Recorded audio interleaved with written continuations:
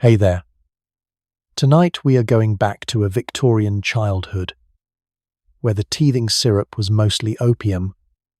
Babies were plunged into freezing cold water every morning to toughen them. A child of 8 could be sent to work half the day in a cotton mill, and where every last bit of it was perfectly legal. Before we begin, take a moment to like the video and subscribe, but only if you genuinely enjoy what I do here, and leave a comment telling me where in the world you are listening from and what time it is there. Somehow, it is always 2 in the morning somewhere. Now, dim the lights. Put on a fan if you like. That soft wash of white noise. Settle into your pillow, unclench your jaw, and let your shoulders come down from around your ears.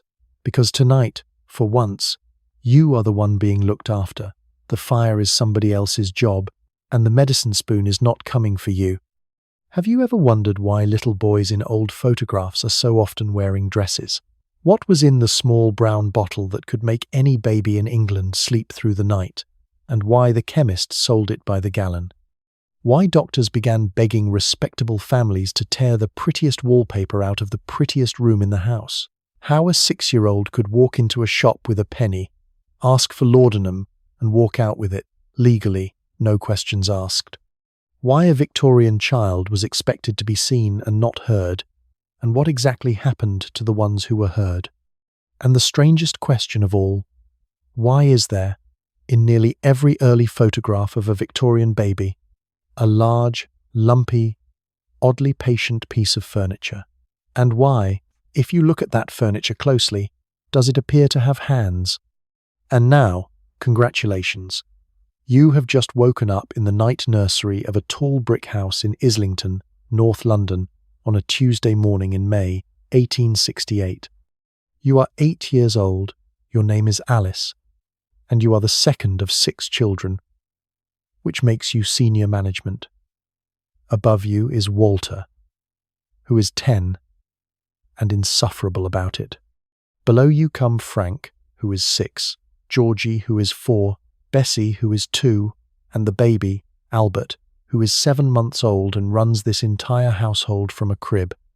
Your papa is a clerk in the city, and your mama runs the house, but the person who actually governs your waking life is lying in the bed across the room, and her name is Ellen, she is 16, and the first law of your existence is that the day begins when Ellen says it begins. Spine straight, now. The second law of your existence is that the window is open. It has been open all night. It is May, which in England is a month with frost in it, and the room you sleep in is kept at a temperature you would associate with a larder. Because every authority in the land, from the doctor to the coalman, agrees that a stuffy nursery breeds fever and a cold one breeds character. You have a great deal of character. You can, at this moment, see your own breath. Around you, the night nursery is surfacing in the grey light. Walter's bed by the door, your bed, the cots in descending order of occupant, and the dead fireplace with its tall wire guard. And the reason you are lying very still with the blanket up to your nose is not laziness, it is science.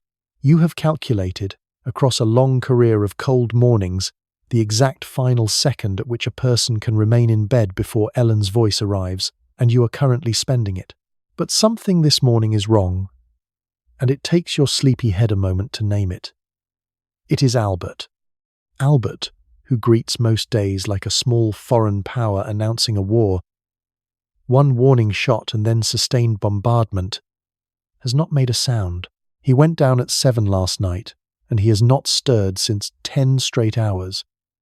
And when Ellen leans over his crib, she straightens up with the satisfied look of a general whose plan has worked, and says he went off beautiful, and that she cannot think when he has slept so well. You can think when. You watched her do it.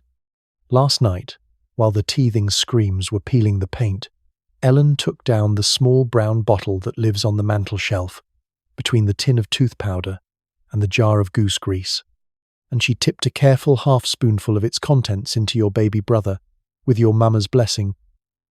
and the house went quiet as a church. Nobody in this room considers that bottle a secret. It has a friendly label in curling script. It was bought from a proper chemist 2 streets away, wrapped in white paper, and there is one exactly like it on the mantel of every house you have ever visited. If you asked anyone on this street what is in it, they would tell you, cheerfully, because nobody thinks the answer is worth hiding. Hold that bottle in your mind, Alice. We will come back to it when the sun is properly up, and I promise you the answer is not what a child would guess, and every grown-up you know already knows it. For now, Ellen has said the word, and the day has therefore officially begun, and you have a frozen floor to cross, a baby brother sleeping like a tiny suspicious angel, and ahead of you, one complete, ordinary, well-run Victorian Tuesday, in which everything done to you and around you will be legal, respectable, and warmly meant, and there is not a court in the modern world that would believe a word of it. Let us start with the map. Because your childhood is a place, and the place has borders, and you know every inch of them. You and the other 5 live upstairs, on the nursery floor, and it is not simply where your bedrooms are. It is a small, self-governing nation with its own meals, its own laws, its own weather, and its own head of state, who is Ellen. The day nursery is where the 6 of you eat, learn your letters, squabble, and are made to sit still. The night nursery is the barracks. Your mama and papa live downstairs, in the other country, the one with the good carpets, and they visit your nation the way monarchs visit colonies, regularly, warmly, and by appointment. This is not neglect, and nobody in your world would dream of calling it that. It is the entire point of a house this size. A good mother, say all the manuals on your mama's shelf, superintends the nursery from slightly above, like a captain, and a captain who insists on stoking the boilers herself is not devoted. She is in the way. Your mama, as it happens, is fonder and more underfoot than the manuals advise, and kisses you at unscheduled hours, and grandmama has remarked on it in the tone she uses for modern developments generally. Downstairs holds one room that outranks even your parents' country, and you may as well learn its customs now. The parlour. The parlour is the room kept for best, which means kept for nobody. A shrine at the front of the house containing the horsehair sofa, slippery as a seal and about as comfortable, the wax fruit under its glass dome, the case of stuffed birds, the antimacassars starched to the texture of communion wafers, and the good fire irons, attending a fire that is lit perhaps 5 times a year. Children enter the parlour on Sundays, for visitors and for photographs, always in best clothes, always at reduced speed, and the room has its own temperature, its own smell, of polish and stopped clock, and its own effect on the human child, which is an overwhelming urge to whisper. Nothing bad has ever happened to you in the parlour. Nothing of any kind has ever happened in the parlour. That is what it is for. Your century keeps one room embalmed at the front of every house that can afford it, a museum of the family's own respectability, and the future will knock the wall through and call the whole idea absurd, and then, give it time, we'll fill a spare room with exercise equipment nobody touches, and a bed nobody sleeps in, because every age keeps a parlour. It just cannot always see its own, and the nation runs on a clock that is older than the house. Up at 6, breakfast at 8, the airing at 10, dinner at 1, the walk at 3, tea at 5, bed at 7, every day of the year, including Christmas. Because if there is one thing every authority agrees on, it is regularity. A child raised by the clock, says the age, is being set like a jelly in a mould. A child fed or slept or amused at random is being actively ruined, softened, spoiled, a word your century applies to children in precisely the tone it applies to fish. You have never once considered that the clock could be otherwise. The clock is like the weather, or Walter. Permanent, occasionally cruel, and no use arguing with. Here is the part a visitor from the future would find hardest to believe. So, let us say it plainly. The entire waking life of 6 children, including a baby, rests in the hands of one girl of 16. Ellen has been in service since she was 13. Nobody has trained her, examined her, or certified her. There is no register with her name on it. No inspector who may knock at the nursery door, no course she has passed in anything. Her qualifications are that she seemed a steady girl, her mother goes to chapel, and her last mistress wrote a letter. In a century and a half, the person doing Ellen's job will need certificates in first aid and safeguarding. And the number of babies one adult may mind will be written into law to the decimal place. Ellen is the decimal place.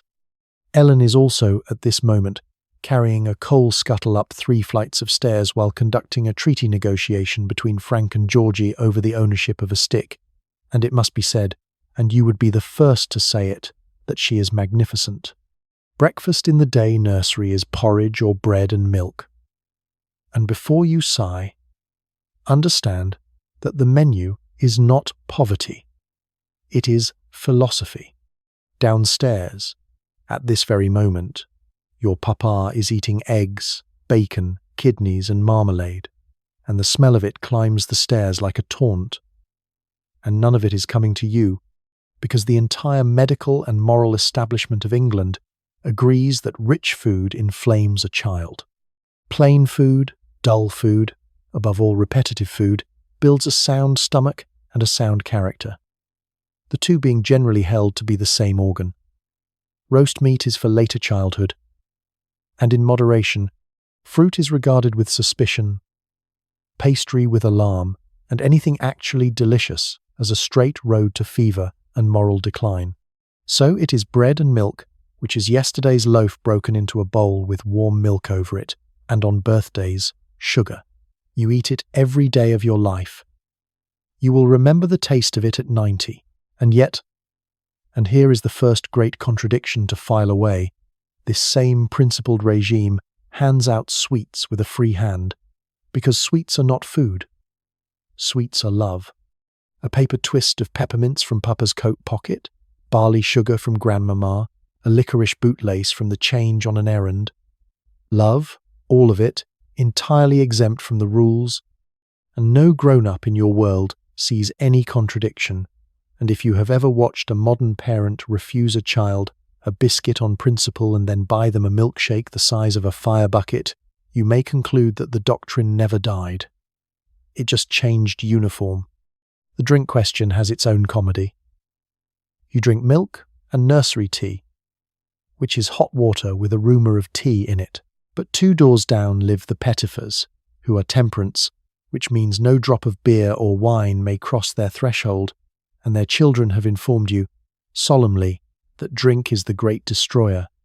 And on the Pettifers' nursery mantel stands the same small brown bottle that stands on yours. Because beer is drink, but the bottle is medicine, and medicine is above suspicion, and I want you to keep noticing that bottle, Alice. Standing quietly in the corner of every scene like a person at a party nobody thinks to introduce. Albert eats differently from everyone, and the way Albert eats is the first thing in this house that would genuinely stop a modern heart. Your mama nurses him herself, mostly, which Grandmama considers a fad, since in her day a family of standing hired the feeding out to a wet nurse, a strong young woman inspected before engagement like a horse, teeth and temper and all, and never mind where her own baby went while she nursed yours. Which is a question Grandmama's generation was careful never to ask twice. But between feeds, and overnight, Albert has the bottle, and the bottle is the pride of the nursery, 1 shilling and 6pence from a proper shop. It is a flat glass flask, shaped like a little banjo, and it lies in the crib beside him, and out of it rises a long, soft India rubber tube with a black teat on the end, so that Albert can find it and feed himself, at any hour, with no adult awake at all. The makers understand their customers perfectly. The model in Albert's crib is sold under the name Mummy's Darling. Its great rival is called the Empire, and the advertisements show plump babies dozing beside their bottles, while their mothers, at last, sleep. What nobody tells your mama, because the people who know are still writing furious letters about it, is that the tube cannot be cleaned. Not properly, not ever. Milk goes down that soft, warm rubber, and some of it stays, in the folds and joins where no brush reaches. Quietly going wrong in a heated nursery, and the next feed washes through it, and the household guides on this subject are worse than useless. Washing perishes the rubber, they warn. Rinse when you think of it, and one widely read manual suggests the teat need not be thoroughly cleaned above once in a fortnight.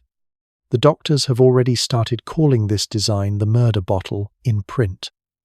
And the mothers of England will go on buying it for decades anyway, because the doctors can name the danger, but they cannot make the nights shorter. And the first city anywhere to actually ban the thing will be Buffalo, New York, in 1897. When you, Alice, are a grown woman of 37, you know none of this. You know that the tube is fascinating, that you have been told not to suck it, and that you have, twice. You are 8. It was there. Albert, you should know, has lately crossed one of babyhood's official frontiers. He has been shortened. For his first months he lived in long clothes, gowns trailing far past his feet. Robes for a creature who is carried everywhere and must look it. And then a few weeks ago the sewing circle convened, the scissors came out, and the long gowns were cut down into short ones that free the feet, which is your century's way of announcing, in fabric, that this person will shortly be expected to move himself. You remember your own equipment from that age? Because Bessie used it after you. The baby jumper, a canvas seat slung on straps from the doorframe, in which a baby bounces, with the grim joy of a man operating machinery, and the leading strings, long bands sewn to a toddler's shoulders by which a grown-up steers the child and hauls it back from fires, stairs and horse roads, reins for a small, unbroken human. And when Bessie was learning to walk, you were sometimes given the strings and steered her round the garden like a very small plough, which remains one of the great satisfactions of your career. The manuals have opinions about every stage of this. Crawling is faintly disreputable, floors being cold, dirty, and morally ambiguous, and some advisors recommend hurrying a child through it. Walking too early is suspected of bowing the legs, and walking too late of indicating weakness, so that a Victorian baby travels a corridor of expert disapproval approximately the width of his own 2 feet, which is, you will find, simply what it is to be a Victorian of any age. But the reason all eyes are on Albert this season is teething. And teething, in your world, is not a phase. It is a diagnosis. In the registers where deaths are written down, teething appears as a cause. The cause itself, and it has been thought so for 300 years, ever since a famous French surgeon examined a dead infant, found the teeth pressing under the gum, and concluded the teeth had done it. And you can see why the idea stuck. Because babies cut teeth in exactly the season when babies are most fragile. When every summer fever comes hunting for the smallest person in the house. So the teeth are always at the scene, little white witnesses, and the age blames them. And once you believe that, everything your family is about to do makes perfect, loving, alarming sense. The first line of defense hangs around Albert's neck, a string of coral beads, because coral has been protecting infants since the Romans, and nobody in this house can tell you why, and nobody in this house would dream of taking it off. At his christening in February, he received the deluxe version, the coral and bells, a stick of polished red coral set in silver with a ring of tiny bells, part teether, part rattle, part amulet, the standard christening gift of the age because it does everything at once. The coral guards him, the bells amuse him, and the silver reassures the relatives. That christening, you may as well know, was the full machinery of Victorian babyhood at ceremonial pressure. Albert wore the family robe, a waterfall of white lawn longer than he is, worn by Walter and you and Frank and Georgie and Bessie in turn, each name stitched inside the hem, and there was cake kept from the wedding tier, and caudle for the ladies, which is a warm, spiced gruel with wine in it, somewhere between a beverage and an heirloom, and the aunts judged Albert's weight and lungs like livestock, favourably, and underneath all the lace sat the one quiet Victorian understanding nobody said aloud. Christenings are done early, within weeks, because it is the one appointment of a baby's first year that must not be caught out by events. Your century rejoices promptly and knows exactly why, and puts extra sugar in the caudle. Grandmama, who is staying with you this month, has her own teething armoury. She has rubbed Albert's gums with her silver thimble. She has recommended, more than once, a particular tea from her own country, of which more later. And she has ruled, in the tone of a woman citing settled science, that a good hard cry does a baby no harm at all, for it opens the lungs the way exercise opens the legs. Ellen, who has to listen to the opened lungs all afternoon, keeps her opinion of this doctrine in the same drawer where she keeps her opinions of grandmama generally, which is to say locked. And you, Alice, have privately opened your own lungs on the subject of grandmama once into a pillow, but thimbles and coral are the home game. The professional remedy arrives at 11 o'clock, when Dr. Harding comes up the stairs with his bag, and you arrange to be passing the day nursery door at the time because the doctor's visits are the best theatre in the house. Dr. Harding is kind, expensive, scrubbed pink, and armed with a small number of very confident ideas. He looks at Albert, who is red-cheeked and furious, and eating his own fist like a chicken leg, runs a practised finger along the swollen gum, nods gravely, and produces from his bag a slim case covered in tortoiseshell, and inside it, on velvet, lies a small bright folding blade called a gum lancet. Its entire purpose is to cut a baby's gums open so the teeth can come through without a struggle. This is not some backstreet horror, Alice, though you are watching it from the doorway with your mouth open. This is the treatment, the respectable, modern, best practice treatment, and the gum lancet lives in every doctor's pocket case in England, between the scissors and the probe. One of the most celebrated surgeons who ever lived boasted of lancing a single baby's gums 10 times. The physician who founded the great children's hospital in London wrote, quite correctly, that teething is a perfectly natural process, and then advised cutting the gums anyway when the symptoms seem to demand it, apparently without ever once hearing himself. Your century can know a thing and not believe it, both at once, before lunch. And so the doctor stands there with the little blade open, waiting pleasantly, because this is a service, like piano tuning, and your mama is the customer.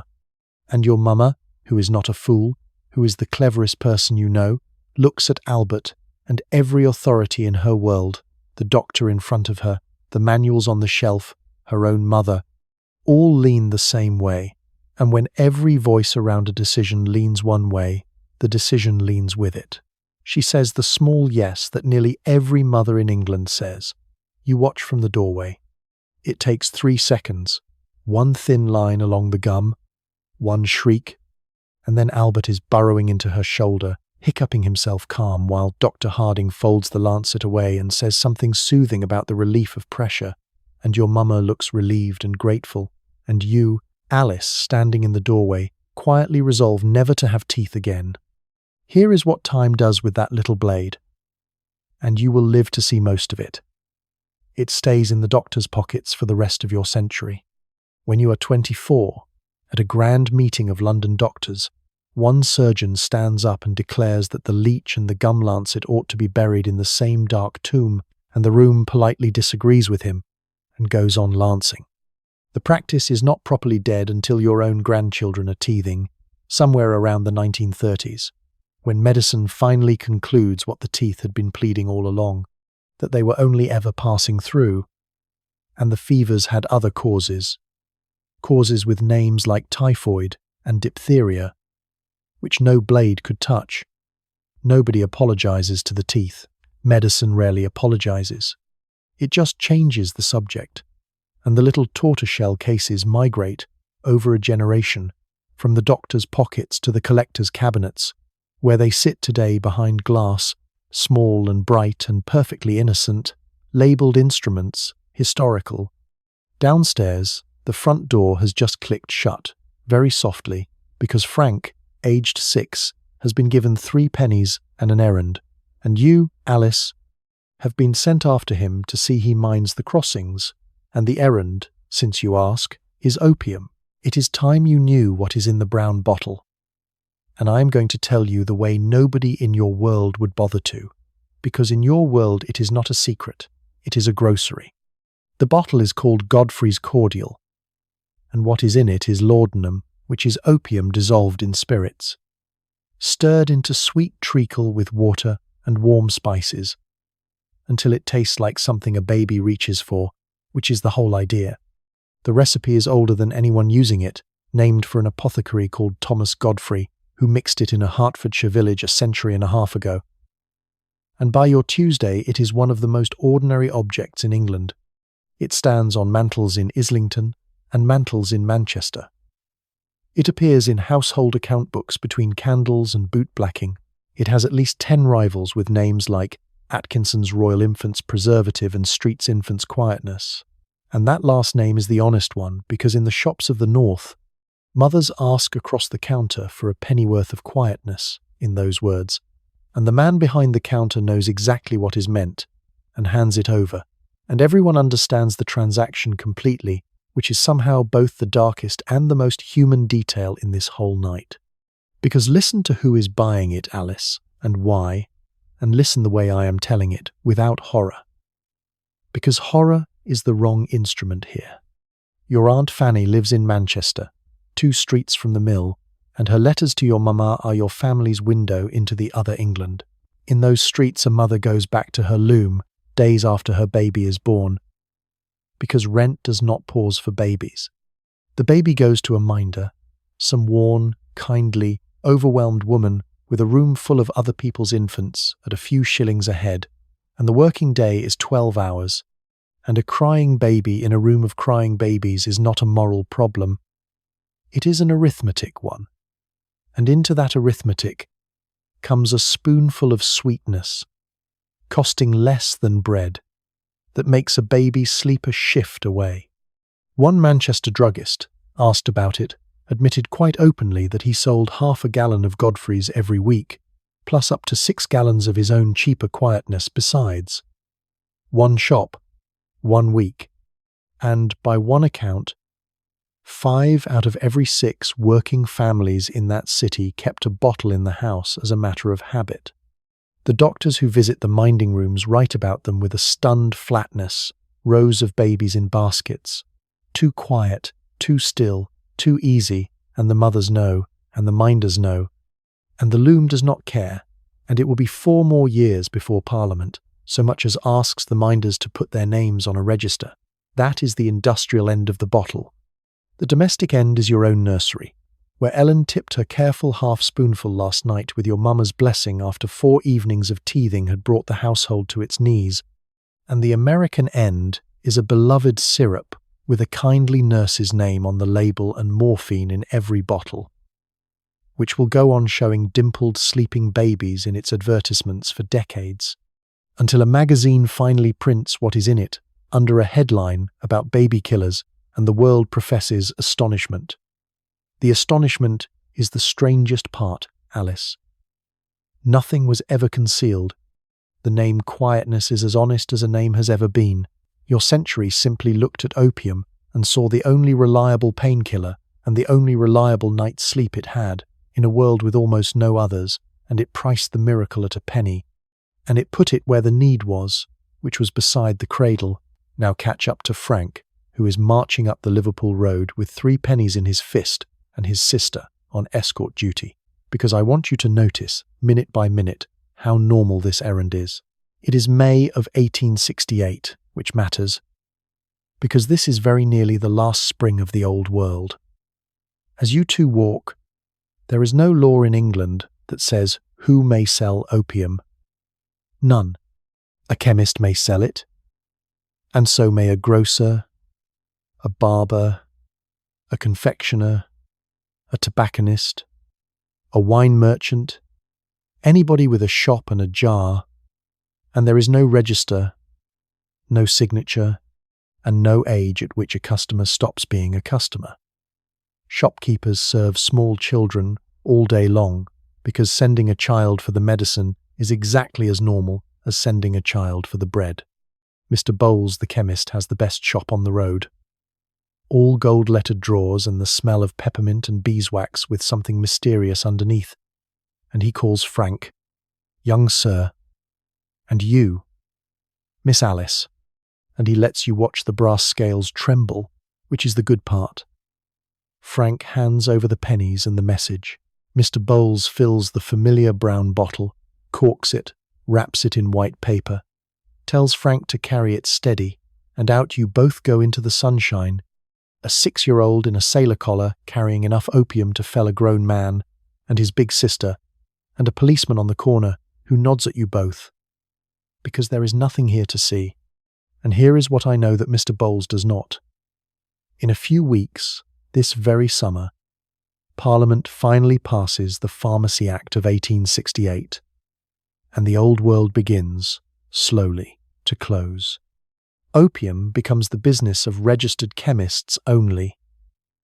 Poisons must be entered in a book, the poison register, names and dates in ink. The barbers and tobacconists lose the trade, and the chemists themselves fought hard over the law, because laudanum is such a pillar of their business that early drafts left it off the list entirely. It is a small law, full of holes, and children will still be sent on the errand for years, and Godfrey's will outlive everybody in this story.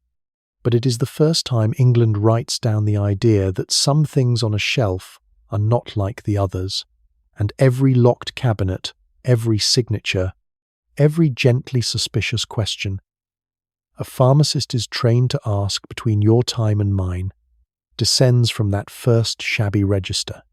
And the law has a sequel in glass. Within a few years, the chemists begin bottling poison in ribbed and fluted flasks of deep cobalt and green, deliberately strange to the fingers, so that a tired person in a dark cupboard at midnight cannot mistake the laudanum for the cough syrup. And some are moulded with raised letters, and some, magnificently, are shaped like tiny coffins, your century never once having been accused of subtlety.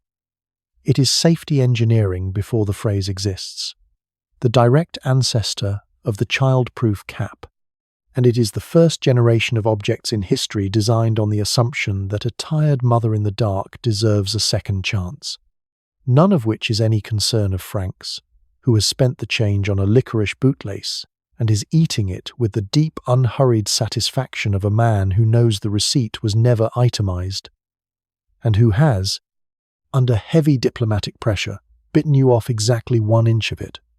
You are 8, Alice, and you have just done the school run of your era.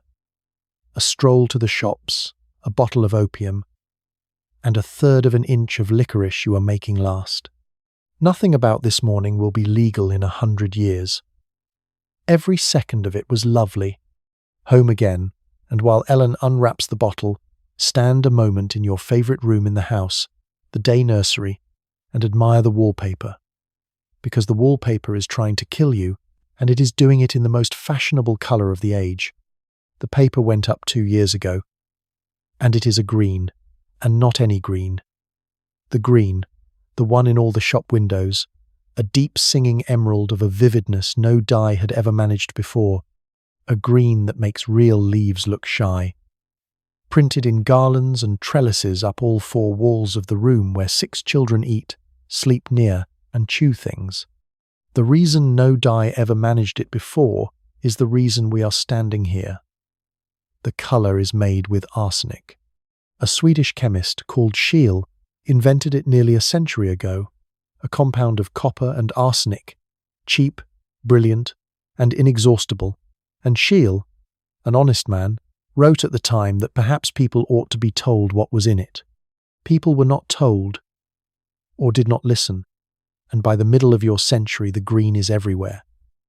In wallpaper by the 100-ton, in dress fabric, in artificial flowers, in the covers of books, in toys, and on one appalling occasion that made the newspapers, in the colouring of sweets. Your world is not ignorant of arsenic, Alice. Every household in England buys it openly, for the rats. Your world simply cannot believe that a wall could hurt anyone, because a wall just stands there. You do not eat the wallpaper, although, since we are being honest tonight, and you are 8, you have once touched your tongue to it, in the spirit of scientific inquiry, and told no one. You do not have to eat it. That is the discovery your century is slowly, unwillingly making. The pigment does not stay on the wall. It comes off as a fine dust with every scrub and every draft. It flakes at the skirting exactly where the crawling people of this household run their damp hands, and many doctors are now convinced that in a damp room, and every room in England is a damp room, the paper breathes out something worse. A poisoned air rising off the pattern itself. And the room where the trouble gathers is so often the nursery, because the nursery gets the cheerful paper and the shut windows and the small people who lick their fingers, and so the nursery is where the mystery illnesses cluster, the sore throats that will not heal, the running eyes, the child who is only ever well on holiday.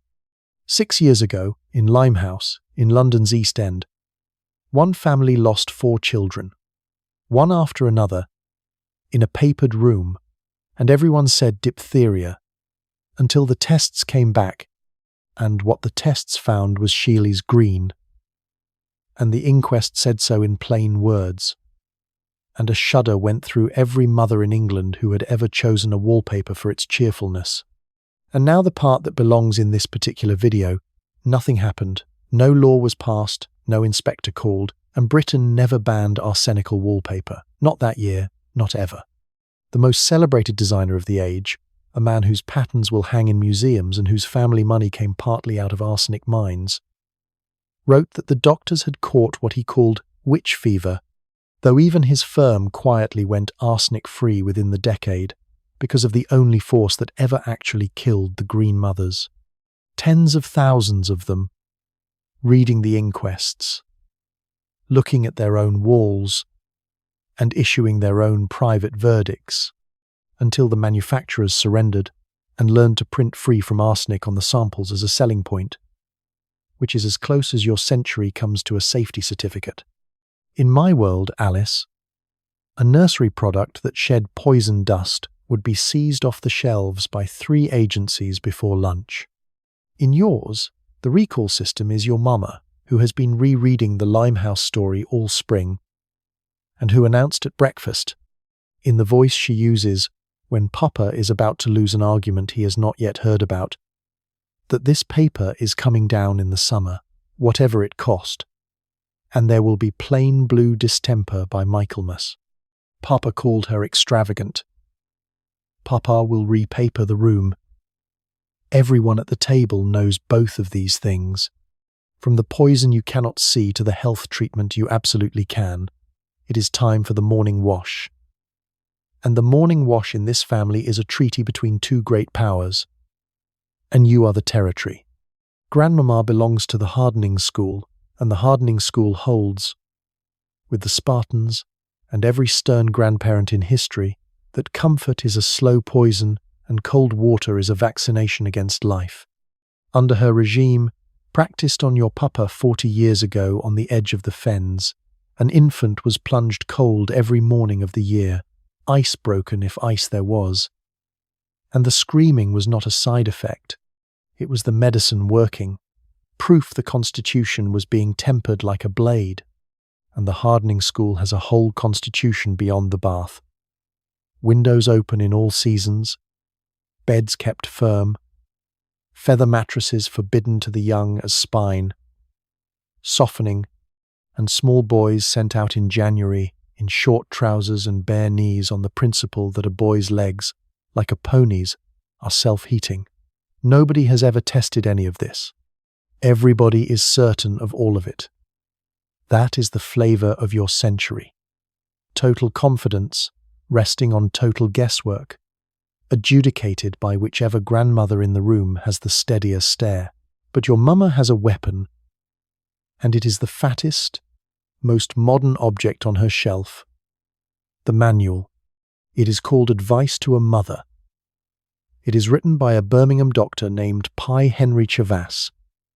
It has sold in the hundreds of thousands, and it is the ancestor of every parenting book, column and midnight forum your descendants will ever consult, with exactly the same two effects.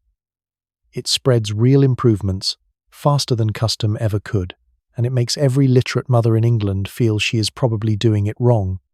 On cold plunging, though, Chavasse is a hero, because he calls it, in print, in so many words, a cruel and barbarous practice, likely to produce not hardiness but inflamed lungs and inflamed eyes, and a general wreck of the very constitution it claims to build.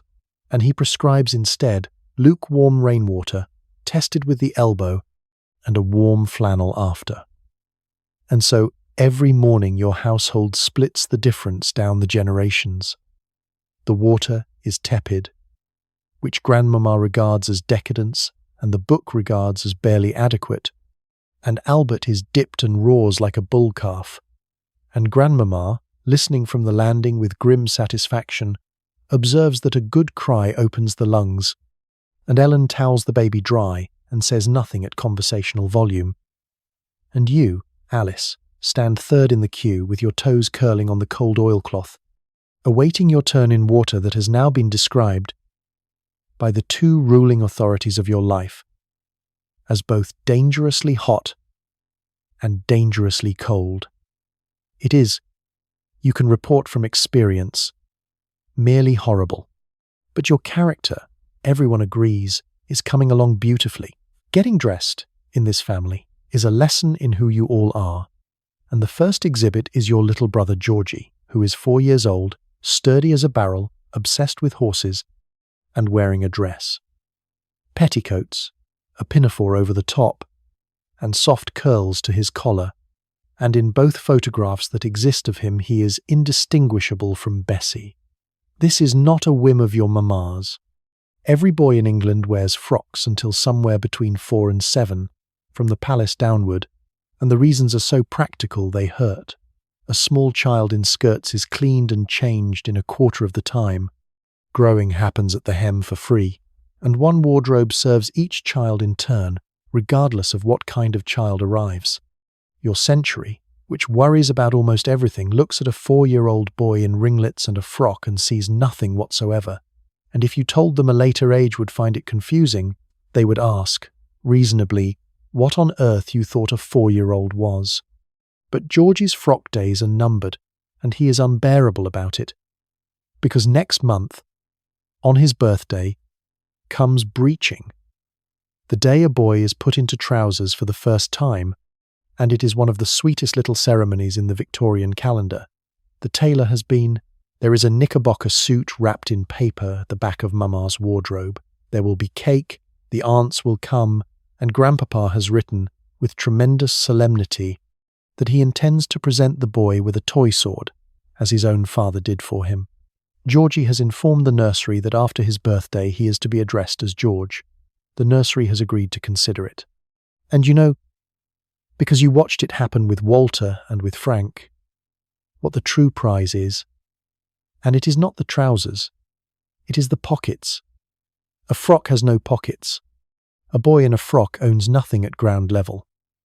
A boy in trousers is a landowner. String, chalk, a lucky stone, marbles in season, the entire portable estate of boyhood, jingling with sovereignty, and the exact moment a Victorian boy feels himself become a person of consequence is the moment he puts his hands in his own pockets and finds them there.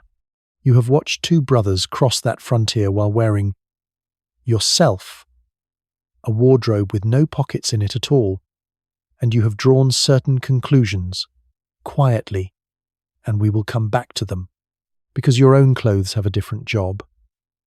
You are 8 now, and this spring brought your first juvenile stays, a snug corded bodice, not the whale-boned artillery your mama wears, but its apprentice, there to teach your ribs where fashion will one day expect them. And after dinner comes your deportment hour, which means the backboard, a flat polished plank strapped across the shoulders to pull them back and train the spine straight, and possibly a turn along the landing with a book on your head. Nobody is being cruel to you, Alice, and it is important you believe that, because everybody is being kind by every light available. A straight back is health, character and prospects, all in one, and the manuals warn that a girl allowed to slouch is being robbed of her future by inches. You, who can hook your foot behind your own neck and have done so at a party. Submit to the board daily with the size of a martyr, and the posture, it must be said, of a guardsman. What you actually do on the backboard, flat and pinned and staring at the ceiling, is long division in your head. For pleasure. We will come back to that too. Mid-morning, the nursery takes the air, because the fresh air doctrine outranks every other law of the house. Out front stands the proudest machine your family owns. The perambulator, a tall-sprung three-wheeler with a leather hood, still new enough that older women stop to inspect it, half in admiration, half in dark suspicion of any arrangement that puts a baby at axle height among the horses. Before the pram, babies were carried, full stop, on arms and hips through every errand, and a machine that lets one 16-year-old wheel an infant while walking a toddler is a genuine revolution in the economics of the nursery. Ellen loads it like a small ship. Albert amidships in his shawls, Bessie walking alongside with one fist on the rail, rusks stowed in the well for emergencies, and the fleet sails for the park under the rule of out every day. In almost every weather. 2 hours minimum, cold air being the great tonic of infancy, and it does not stop at walks. On fine mornings, Albert is parked in the back garden, pram and all, alone, to sleep in the open air like an item of laundry. And this is a prescription, not a lapse, and your granddaughters will still be doing it. Rows of prams left sleeping outside shops with the century's full blessing, and the far descendants of this idea will be parking babies outdoors in Scandinavian winters and swearing by it. Of every doctrine in this episode, the fresh air faith is the one held gentlest and longest, and the one the future will feel the strangest mixture of horror and envy about. Horror at the pram, alone at the curb, envy at a world trusting enough to leave it there. The park, meanwhile, is the nursemaids' parliament, where Ellen convenes with the nursemaids of 3 neighbouring streets, and intelligence is exchanged on teething, wages, mistresses, and the regiment lately barracked up the road, and you are considered too young to understand what is said on those benches, which is correct, but not too young to remember it, which is a distinction the benches have failed to consider. And then there is the freedom, which is the part of your Tuesday the future will believe least.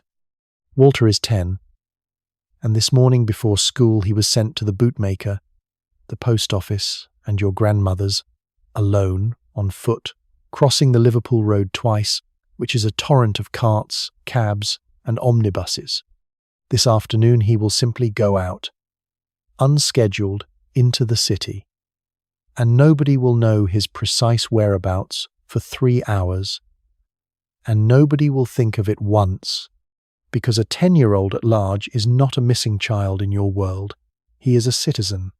Your own range, being a girl, is drawn tighter, the garden, the square, the shops with an escort, and you have noticed the difference, the way you notice the pockets, and filed it in the same drawer. But the street itself is a civilization, and you are a citizen of that at least. And it has seasons no adult decrees. A week in spring when every pocket in the district suddenly fills with marbles, then hoops, iron for boys and wood for girls, bowling among the legs of the traffic. Then tops, then skipping, the long rope stretched across the quiet end of the road, 2 turners and a queue, chanting rhymes no book ever taught anyone, rhymes with kings and vinegar and mustard in them, some of them carrying, though no child chanting them knows it, small fossils of real history ground smooth by centuries of voices. Nobody organizes any of it. There are no leagues and no adults on the touchline, and out of a rope and a stick and a rag ball the street produces, daily, the thing the future will build, fenced playgrounds and activity schedules and a whole shelf of anxious literature trying to get back.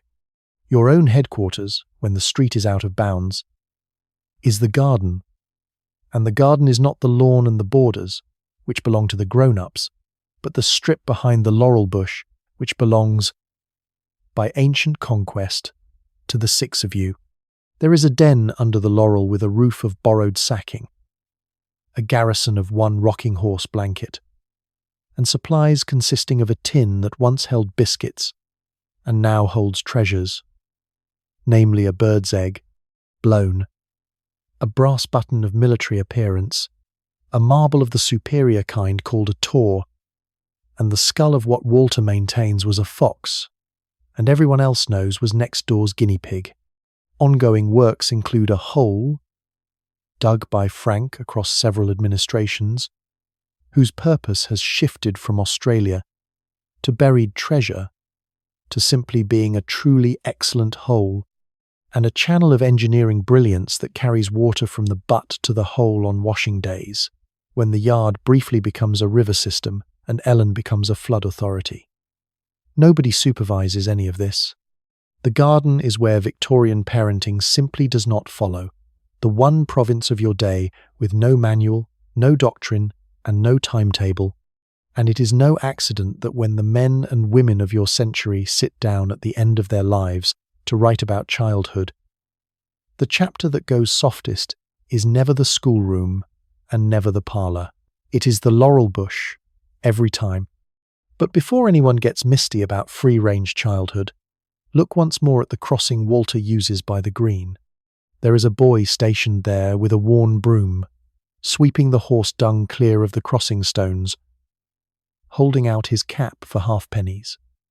He is perhaps 9. He is there when Walter goes by in the morning, and there when Walter comes back, every day, in weathers Ellen would call healthful, and weathers she would not. And he is not playing in the street. He is at work in it. The freedom your family swims in has a shadow, which is that the street holds working children the way it holds lampposts, so ordinarily that they have stopped being visible, and no law yet says a 9-year-old with a broom belongs anywhere else. Your mamma, when you pass together, gives you the halfpenny to put in the cap, which is her way of making sure you see him. You see him. Hold that, because after dinner this story goes to school. And the first thing to understand about school in 1868 is how many children are not in one. You and Walter attend a small private day school in a tall house off the Canonbury Road, kept by a clergyman's widow and her son, and it costs Papa a few guineas a quarter, and that word costs is the first fact to sit with. In May of 1868 there is no such thing in England as a school a child must attend, and for most children, no school the parish provides at all. The great act that starts building board schools in every district is 2 years away, and the law that actually compels a child through a school door is a dozen years away. So education, this morning, is a thing parents buy if they can, like boots. And whether a child in your England can read depends almost entirely on what their father earns. And nobody is legally responsible for the difference. School itself is memory with a roof on it. You have a slate, a copybook, and a curriculum that consists overwhelmingly of reciting things, dates, capes and bays, kings and queens, the multiplication table chanted in unison like a war song. The class stands, chants, sits, copies, and stands again.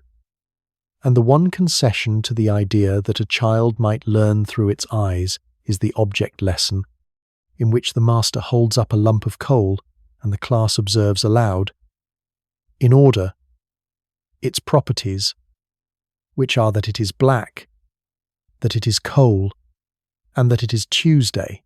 Handwriting is a moral discipline of its own. Hours of copperplate loops between ruled lines, and the maxims you copy 50 times. Procrastination is the thief of time. Waste not, want not, are chosen because repetition is believed to write them on the soul. It will be 100 years before anyone in authority seriously asks whether a bored child is a problem with the school rather than a problem with the child, and you, who are quite often bored, and quite often quietly doing Division 3 lessons ahead of the one being chanted, have your own opinions, which are not on the curriculum. On the master's high desk, as unremarkable as the inkstand, lies the cane, and everyone in this story takes it for granted. The master who uses it, the parents who pay him, and the boys, who compare stripes afterwards with the connoisseurship of small soldiers. It is not hidden, and it is not a scandal. Discipline is what school sells. And a master who cannot keep order is not gentle. He is incompetent. And when Walter comes home caned for an unlearned lesson, the standard parental response of your age, including, be it noted, in your own kind household, is that he probably earned it. Girls are caned far less, your correction being the backboard and the copybook, which you would call an improvement if anyone asked, which they do not. And what nobody in that schoolroom could believe is the actual future. That the cane stays legal in England's state schools for another century and more, into the era of digital watches, within the living memory of people watching this video, and that when it finally goes, the sky, contrary to every confident prediction ever made across that high desk, declines to fall. Your own afternoons at school belong to a different curriculum, because after the midday break the boys go one way and the girls another, and yours is the room with the globes and the needlework. Here is what an ambitious girl of 8 is taught in 1868. French verbs recited. The use of the globes, which is geography, conducted as furniture appreciation. Drawing of vases. Moral poetry, memorized by the yard and delivered standing, hands behind the back, in a voice loud enough for the visitors and low enough for modesty. And needlework, always needlework, the great feminine constant, beginning with the sampler you finished at 6, the alphabet in cross-stitch with a pious verse under it, and proceeding toward a lifetime of hemming. Sums you do get, but lightly, since serious arithmetic is widely suspected of straining the female constitution, a medical position you personally test to destruction every afternoon on the backboard, where you have lately been carrying the 7 times table out past 100, purely to see whether your constitution gives way. It has not. You have begun to suspect the theory was never about your constitution. File that with the pockets and the trunks, Alice. The drawer is getting full. The bigger change coming for Walter, though, is September, because in September Walter goes away. It was settled at Christmas, between Papa and his conscience and the fees. A boarding school in Hertfordshire, 60 boys, a headmaster in orders, and a prospectus that speaks warmly of manly tone and plain wholesome diet, 2 phrases every parent of your century has learned to read as a single warning. Walter is 10, which is late by the standards of the grander families, where boys of 7 and 8 are corded into trunks and posted to their futures like parcels. What awaits him is a world your century considers the finest thing it makes. A world run almost entirely by boys, under laws made by boys, where a small boy fags for a big one, cleaning his boots and toasting his bread by prescriptive right, where dormitories are Arctic on principle, and the birch is not the last resort of discipline but its daily grammar, and the boys mostly grow up to defend all of it, and send their own sons.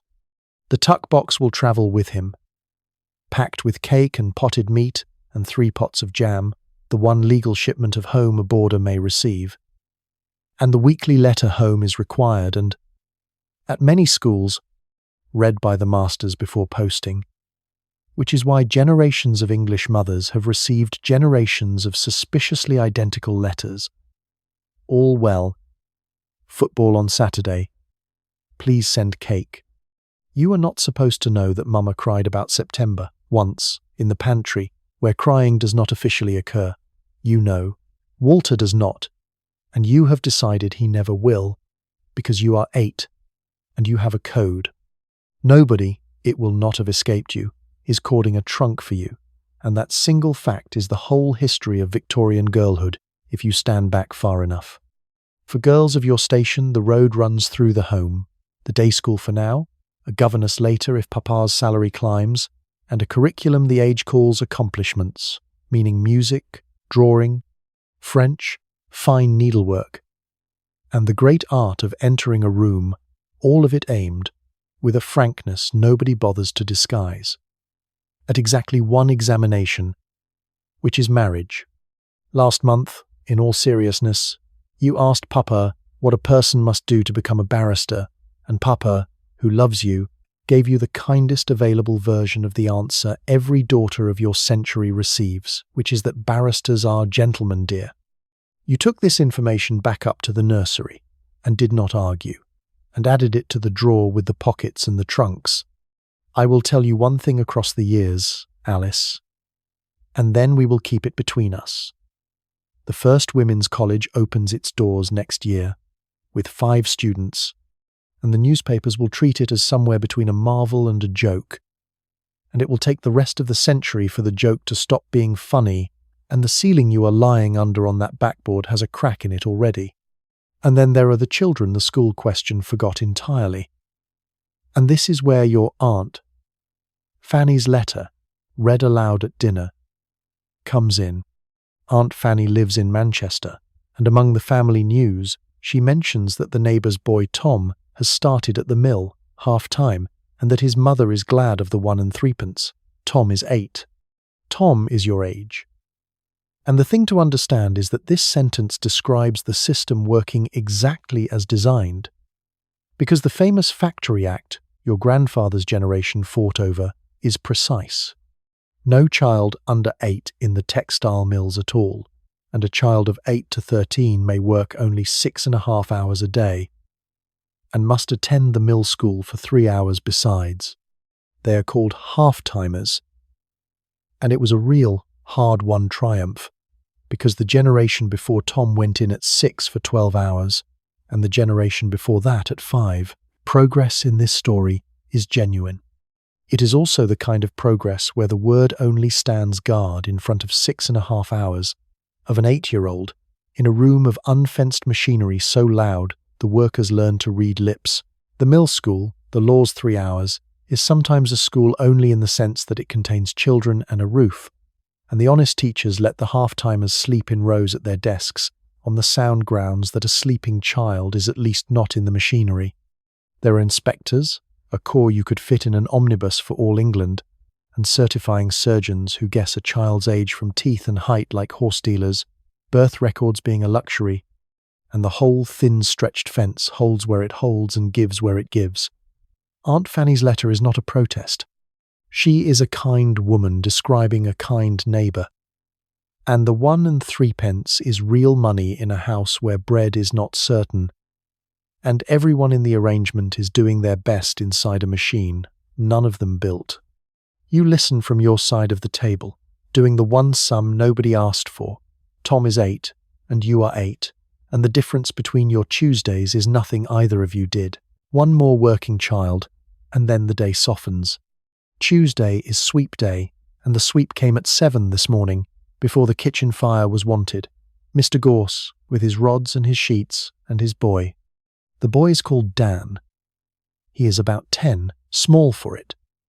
And when a flue is old and crooked the way your kitchen flue is old and crooked, Dan's job is to go up the inside of it, brushing as he climbs, in the dark, in a space not much wider than his shoulders. I will not take either of you up there. It is enough to know that it is exactly as bad as you imagine, and that England has known for 100 years, and has in fact already banned it. Twice, in 1840 and 1864, with fine speeches both times, and that both laws are ignored so completely that Mr. Gore stands in your kitchen in open daylight while your cook makes Dan a jam sandwich, and no constable in Islington would dream there was anything to arrest. The machines exist, the long-jointed brushes, and Mr. Gorse uses one on the straight flues, but householders believe a boy does the crooked ones cleaner. And what householders believe, tradesmen supply. What finally ends it is 7 years away, and it is one boy. In February of 1875, a climbing boy named George Brewster will be sent up a flue at the Great Asylum near Cambridge, and he will become stuck, and though they pull the wall itself down to reach him, he will not survive the day. And he will be the last, because an old campaigner in the House of Lords named Shaftesbury, 35 years into fighting for the climbing boys, will stand up with the inquest report in his hand and finally win. A new act, that same September, putting every sweep under police licence, revoked at the first boy sent up a flue. It touches the licence, not the conscience, and so it works. And a trade 400 years old ends within the year.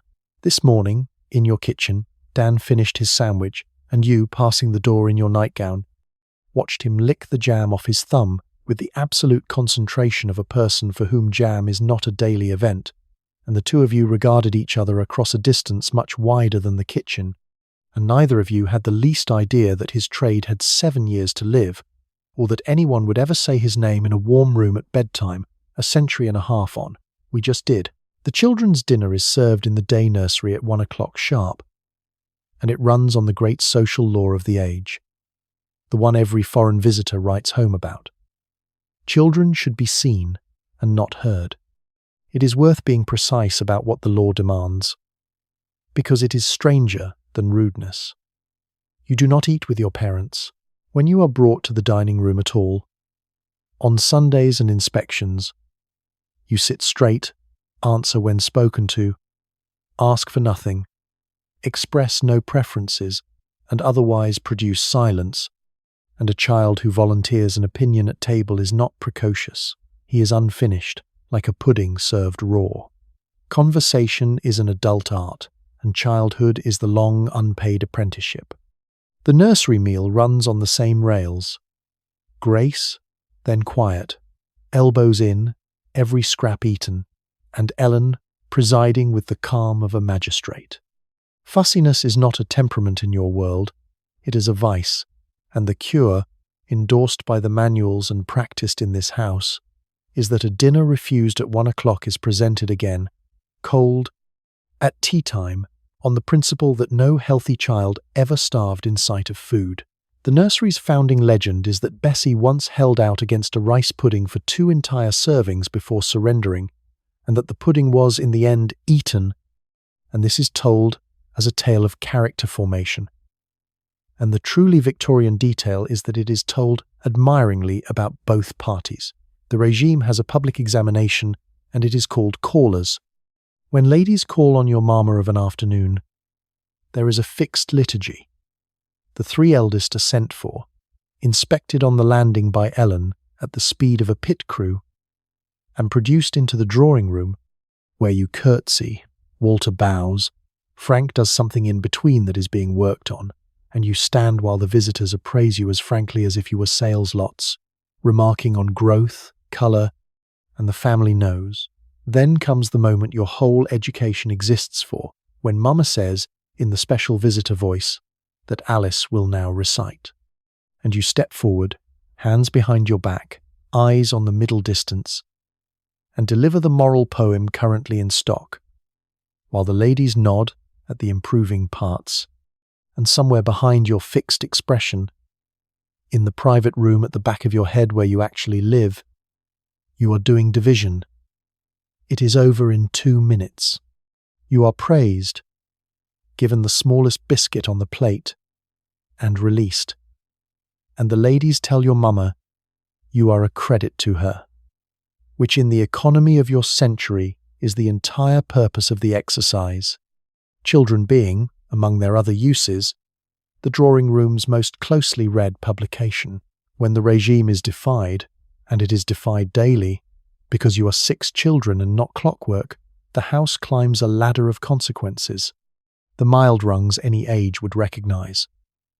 The corner, the early bed, the pudding withheld, 50 lines of copperplate. Above them sit the nursery classics, the supperless bed and the long sit on the tall stool. And at the top, for Frank's recent campaign of greenhouse glass, the slipper, applied by Mama, briskly, without ceremony, and forgotten by both parties within the hour. What has largely retreated from houses like yours, though it thunders on in sermons and sterner households, is the old doctrine that stood behind all of it for 2 centuries, the doctrine of breaking the will, which taught in plain words that a child arrives owning a rebellious will the way he arrives owning lungs, and that the first duty of a loving parent is to break it, early and completely, as one breaks a colt, every battle lost to a toddler being a soul endangered. The gentler books on Mama's shelf now speak, instead of training, of winning a child's heart, of government by love, and between those 2 words, breaking and training, runs one of the great quiet frontiers of your century.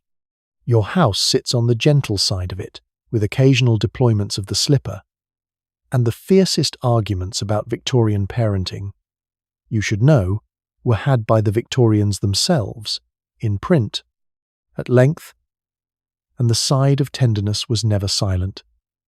It was simply, for a long while, outnumbered. Sunday tightens every screw one further turn, and it starts with the pew. Once each Sunday, twice in stricter houses, the family processes to church in Sunday best, which for you means your stiffest, newest, least forgiving clothes and boots that pinch on principle, and then the family pew, a hard box of polished oak in which 6 children must sit motionless through a service built entirely for adults, including a sermon that on a good week runs 40 minutes, and on a bad week does not. There are no children's liturgies, no crayons, no quiet bags, no merciful nursery corner.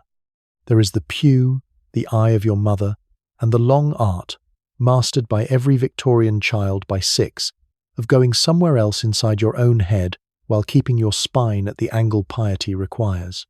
Fidgeting is noted. Sleeping is a household scandal, unless it is Papa, in which case he is resting his eyes.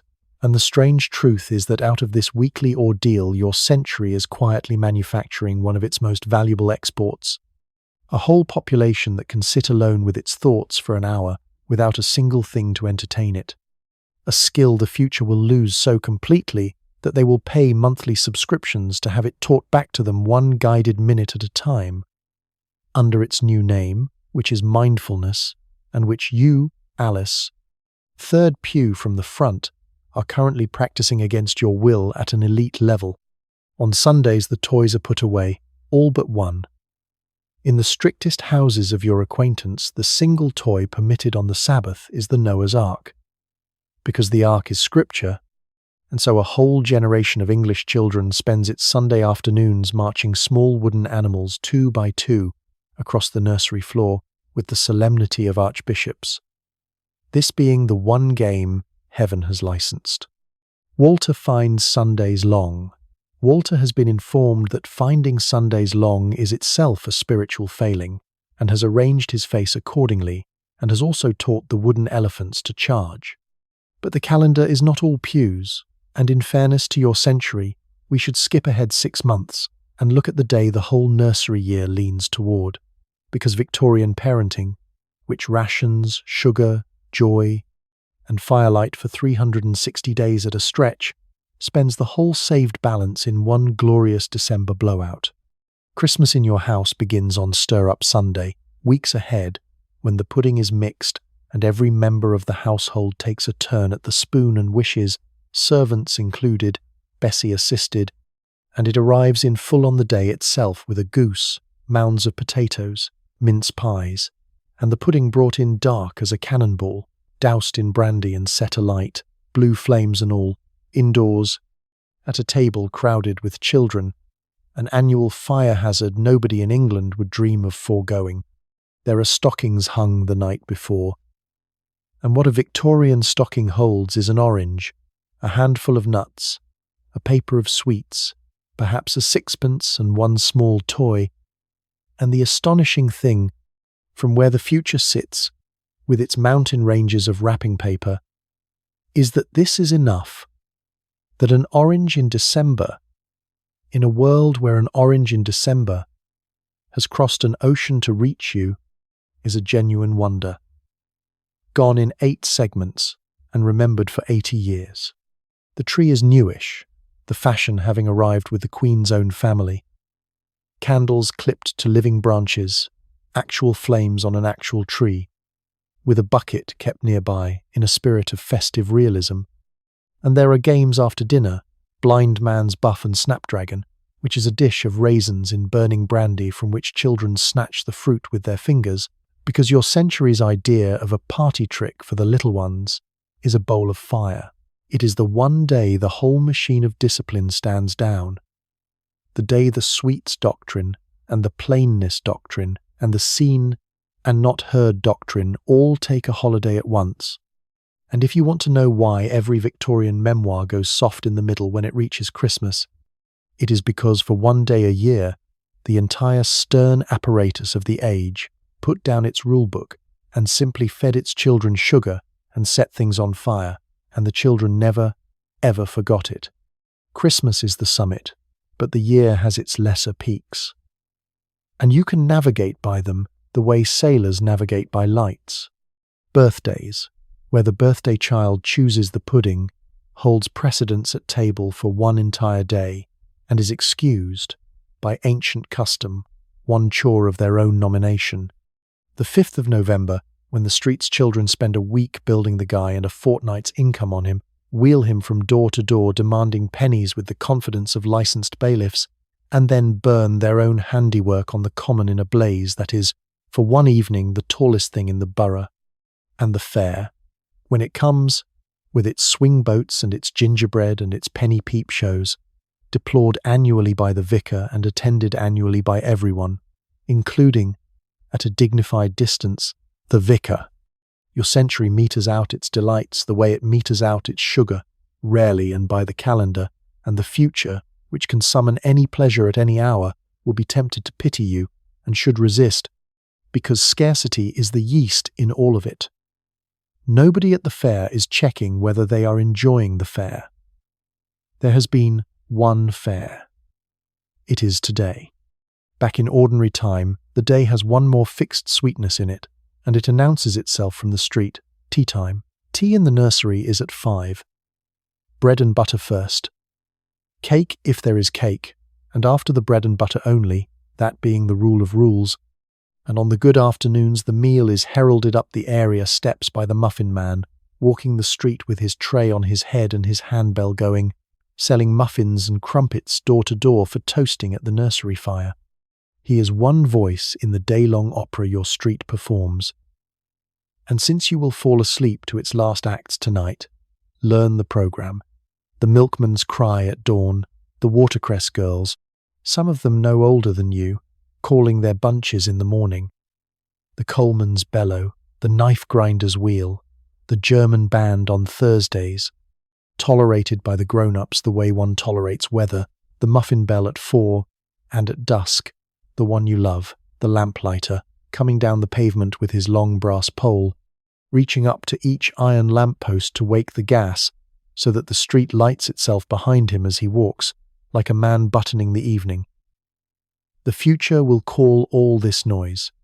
You will lie awake at 90, in a quiet electric world, and miss it.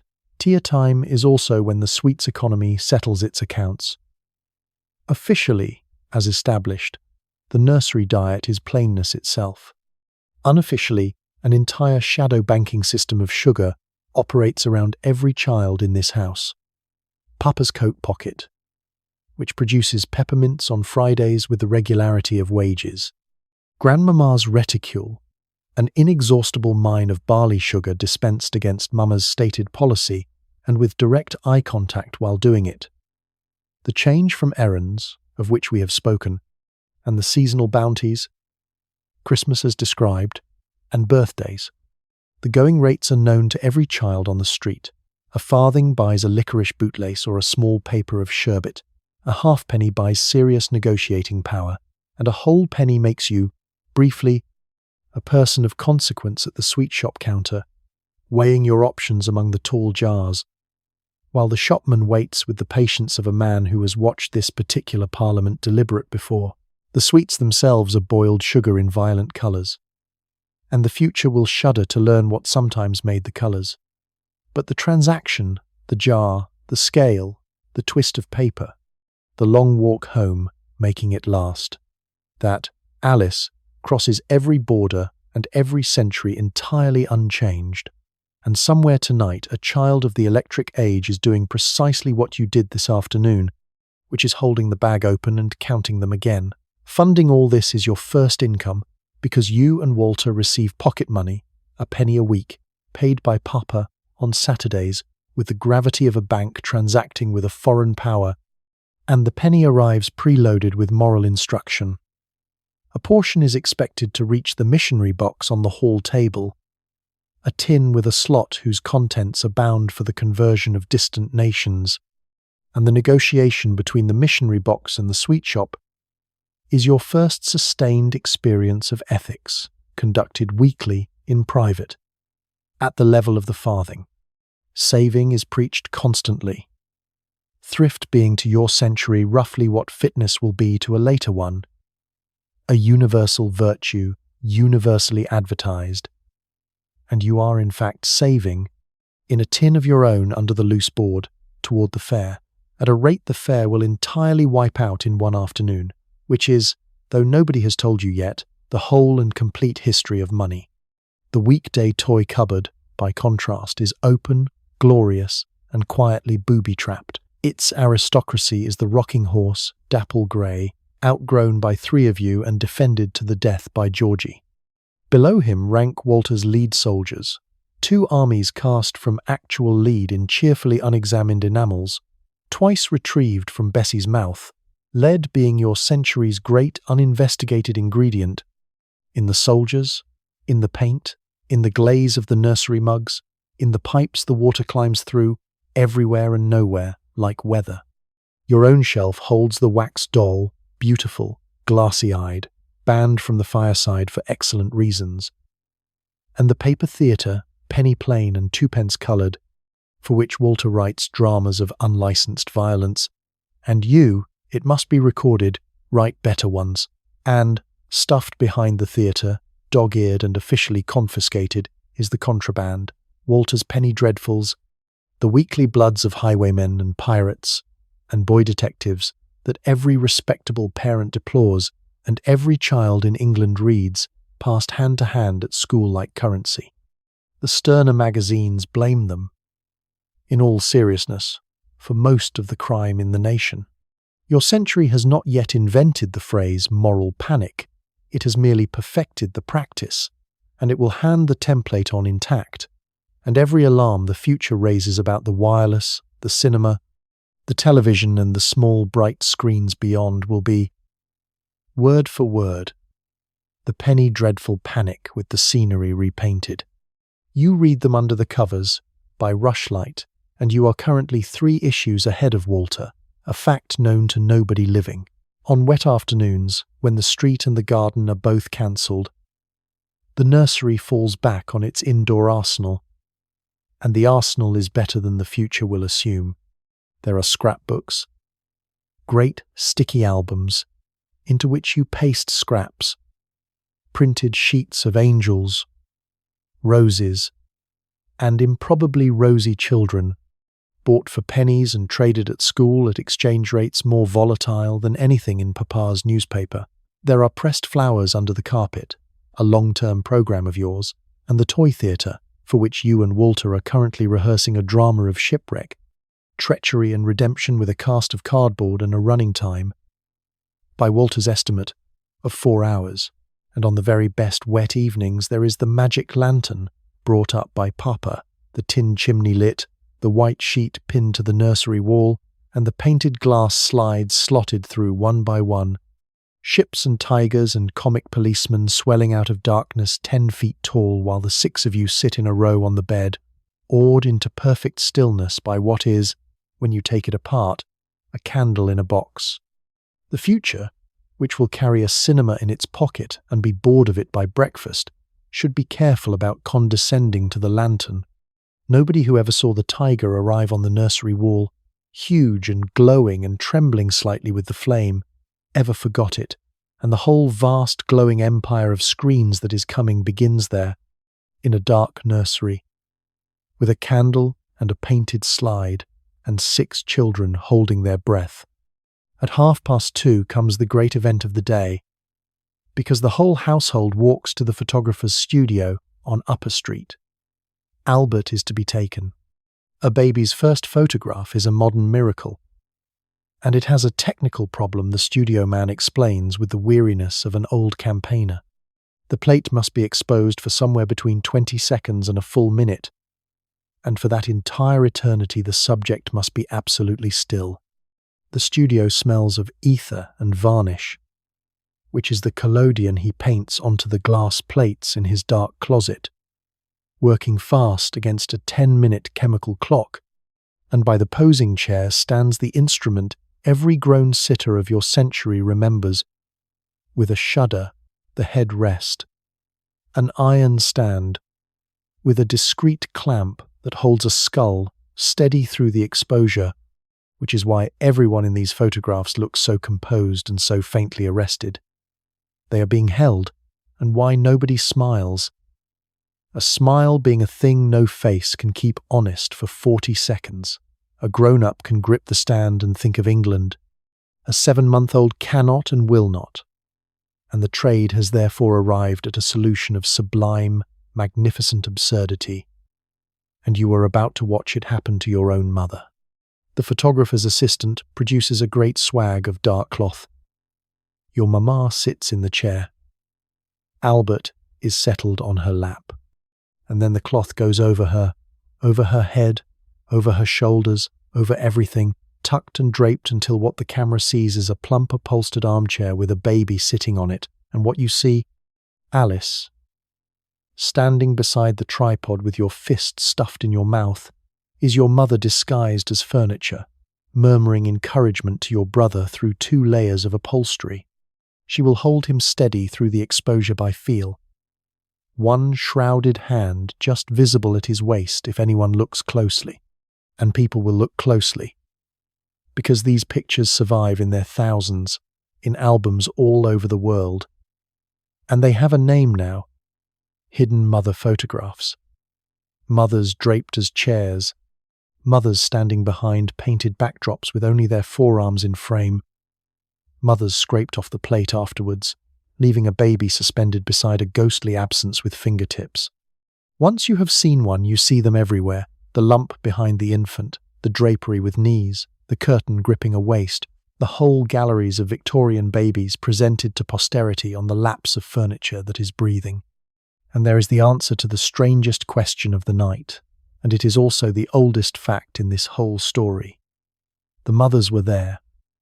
They were always there, present in every picture, visible in none, doing the essential holding, and you may make of that exactly as much as you please. Or you may simply enjoy what you actually saw on Upper Street, which is that Albert's portrait came out beautifully. And the chair it is sitting on is your mother, and the chair, if you look very closely, is laughing. From the studio, since everyone is dressed for it, comes the day's great expedition, the omnibus to Kensington. And the omnibus, you should understand, is not transport to you, it is theatre. It is a swaying wooden ship painted all over with advertisements, hauled by 2 enormous horses whose names you always ask the conductor and the conductor always invents, and inside it holds 12 passengers on 2 facing benches with straw on the floor against the mud. Packed knee to knee in a sociable intimacy the future will entirely lose the knack of. The conductor rides the step behind, calling the route, taking the fares, and conducting the whole rolling parish with a fairness you have studied and admire. Old ladies handed down as if made of china, boys who cheek him answered in kind and better. Walter's ambition, currently, is the roof, where the men ride on the knifeboard bench with their hats jammed down, and he has been told when you are 12 so many times that he has begun negotiating for 11.5. You get the window corner, Mama's rule, and London slides past it for 5 miles.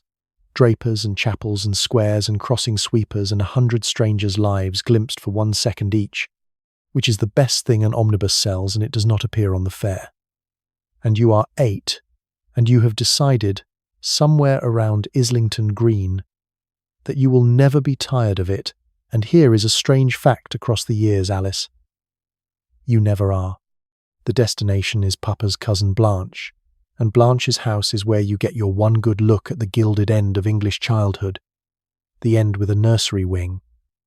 Blanche married up, handsomely.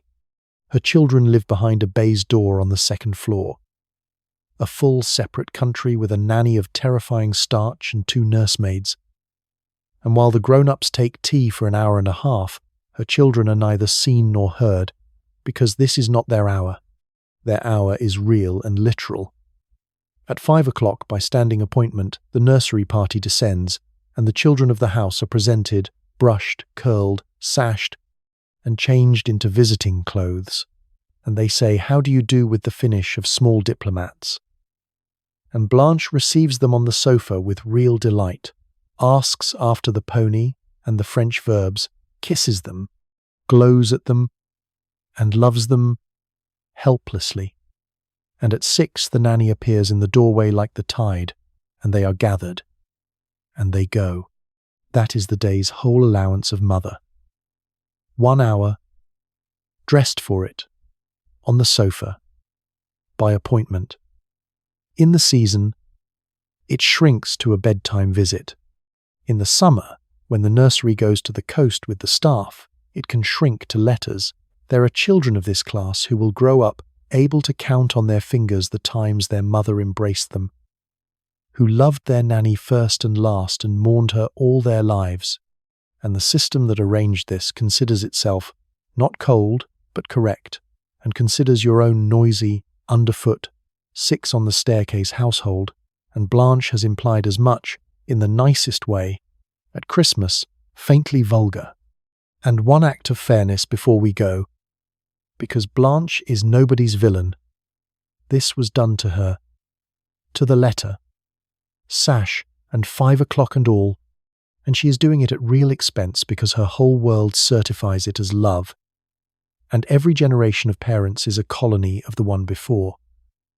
And the best of them govern 1 degree more gently than they were governed, and 1 degree a generation, compounded, is how a climate changes. You ride home on the omnibus, wedged between Walter and the window, and your mama, unfashionably, is holding the baby herself, and you fall asleep against her arm in front of everybody, aged 8, in public, like a person with no deportment at all. And she lets you. Papa comes home at 6:30. Pulls Georgie's curls, hears about the photograph, and calls your mama, affectionately, an extravagant woman on the subject of the wallpaper, and while he stands there being fond in the lamplight, let me tell you the strangest true thing in this entire episode, which is what the law of England says about him. The law says the 6 of you are his. Not his and Mama's. His. The legal writers of the last century put it with a bluntness the manuals never manage. A father's right over his children is close to absolute, and a mother's is, in the phrase one judge allowed himself, next to none. It is Papa who may decide where you live, how and whether you are schooled, what faith you are raised in, what doctor attends you, and whom you may see, and if the unthinkable happened and your parents parted, the 6 of you would go with him as surely as the furniture, and the law would not weigh her love against his, because in law, her love weighs nothing.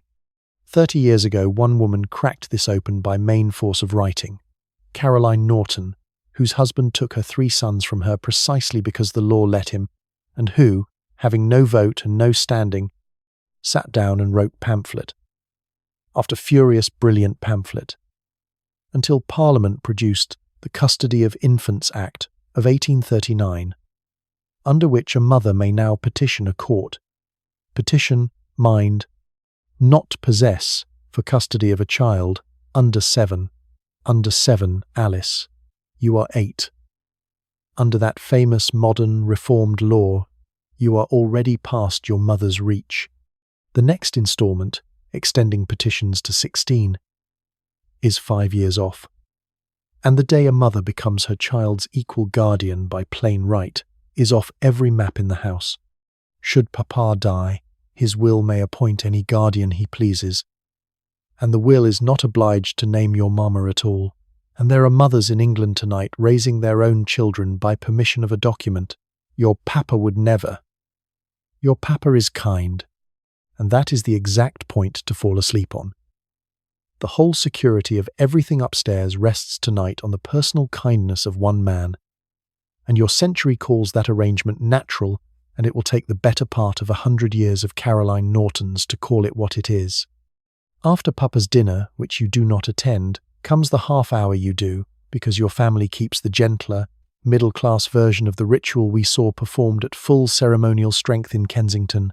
The children come down. The older 3 of you, brushed and inspected, descend to the drawing-room for dessert and the fire, and it is the best half-hour of the ordinary day. Papa cracks walnuts and pretends the shells require your urgent assistance. Mama pours you a thimble of her coffee, mostly milk, which you drink like a duchess. And then the reading, because your parents, like half the literate households in England, are working through the latest number of a serial, a shilling part with a green paper cover, read aloud by Papa with voices, and the entire family, grown-ups, children, and Ellen in the doorway with the mending, waits on the same instalment together, a month between chapters, the whole nation holding its breath at the same cliff edges. The future will call this appointment viewing, and believe it invented the thing.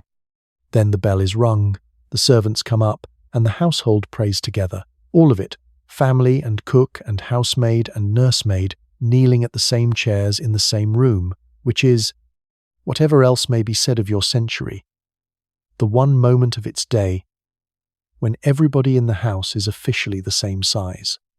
And then you are kissed and sent up, and the drawing-room door closes on the yellow light, and the grown-up evening, that undiscovered country, begins without you, as it always has, as it always will, until the year it is suddenly yours, and you find yourself missing the stairs, on which large thought, something smaller and closer. Bessie has a cough, and so after prayers you follow your mamma to the cupboard by her bedroom door, the medicine cupboard, which you are absolutely forbidden to open and can therefore describe from memory in the dark, top shelf, the Godfrey's, which you know all about now, and beside it the plain laudanum in the bottle with the red label, for grown-up toothaches and Ellen's headaches, then brandy, which in this cupboard is medicine, given to babies in warm water for wind and chills and pale looks, on the theory that what warms a coachman warms a christening, a packet of grey powder, which your own grandmother swore by, and which is chalk ground up with actual mercury for sour stomachs and worms, ipecacuanha for bringing things up, rhubarb and magnesia for taking things down, mustard for plasters, sweet oil, flowers of sulphur, and at the back, in a twist of paper, the dried poppy heads grandmamma brought from Ely. Because out in the fen country every cottage garden grows its own quietness, steeped into a tea for fretful babies past all memory, and grandmamma regards the London bottle as a shop-bought imitation of a perfectly sound family custom. And presiding over the whole arsenal, the monarch, the castor oil, because your century has organized a remarkable share of child medicine around the principle that the inside of a child is a drain, and most complaints, from fever to sulking, are best addressed by clearing it.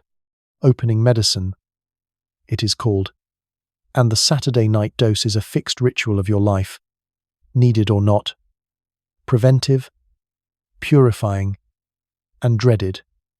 The spoon advancing, your jaw setting, the ancient negotiation beginning, and if the comic papers of your century are full of castor oil jokes, it is because every reader in England, without one exception, has been on your end of that spoon. None of this cupboard is eccentric.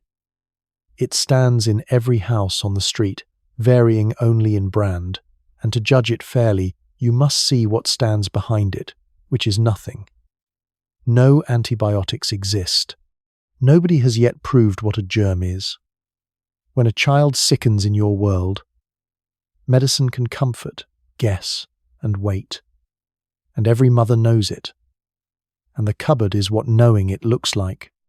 A shelf of small loaded answers to a question that has no answer yet. Every bottle bought at some anxious dusk as an act of love. Your century also keeps one guilty secret about air, and since the windows are being shut as we speak, here it is. The same house that airs its baby in frost all morning slams every window at dusk. Because night air, your whole world is certain, is a different substance, a damp, dangerous exhalation off the rivers and marshes with fevers in it, older than the Italian words for it, malaria, bad air. So windows open at 10 in the morning are health, and the same windows open at 10 at night are recklessness, and nobody feels the contradiction. And the truly maddening part is that the ritual half worked by accident, because the shut window also shut out the evening mosquitoes off the marshes, which were, though not a soul on earth yet knows it, the actual couriers of the marsh fever all along.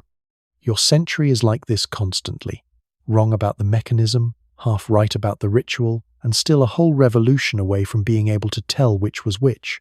The cupboard also services the small standing repertoire of childhood complaints, the ones that are not illnesses so much as fixtures, and every one of them has its ritual. Chilblains, first, the itching burning toes and fingers that every child in your unheated world grows each winter like a crop, treated by rubbing with everything from goose grease to raw onion, and prevented, according to Grandmama, by not warming cold feet at the fire, which is the one pleasure cold feet exist for, worms, which the age discusses at the dinner table with a frankness the future will lose, and which explain half the grey powder traffic, styes, treated by rubbing with a gold wedding ring, which is to say treated by waiting with jewellery, nosebleeds, met by the cold key dropped down the back of the neck, a remedy whose mechanism is that it is surprising, hiccups, cured by a fright, a spoonful of sugar, or drinking from the wrong side of the cup, this last being technically impossible, which has never reduced its popularity, and the whooping cough, which is not a fixture but a visitation, and which you know from the inside, because 2 winters ago it came for you. 6 weeks of the whoop, the kettle kept steaming on the nursery fire, the brown paper and the goose grease, and Ellen, 3 whole nights at the worst of it, sitting up in the basket chair singing the songs from her village in a voice worn down to a whisper, and the remedies did nothing. Alice, none of them ever did, and the sitting up was everything, and that is the entire medical history of your century in one sentence, and it is why nobody in this script gets to sneer at the goose grease.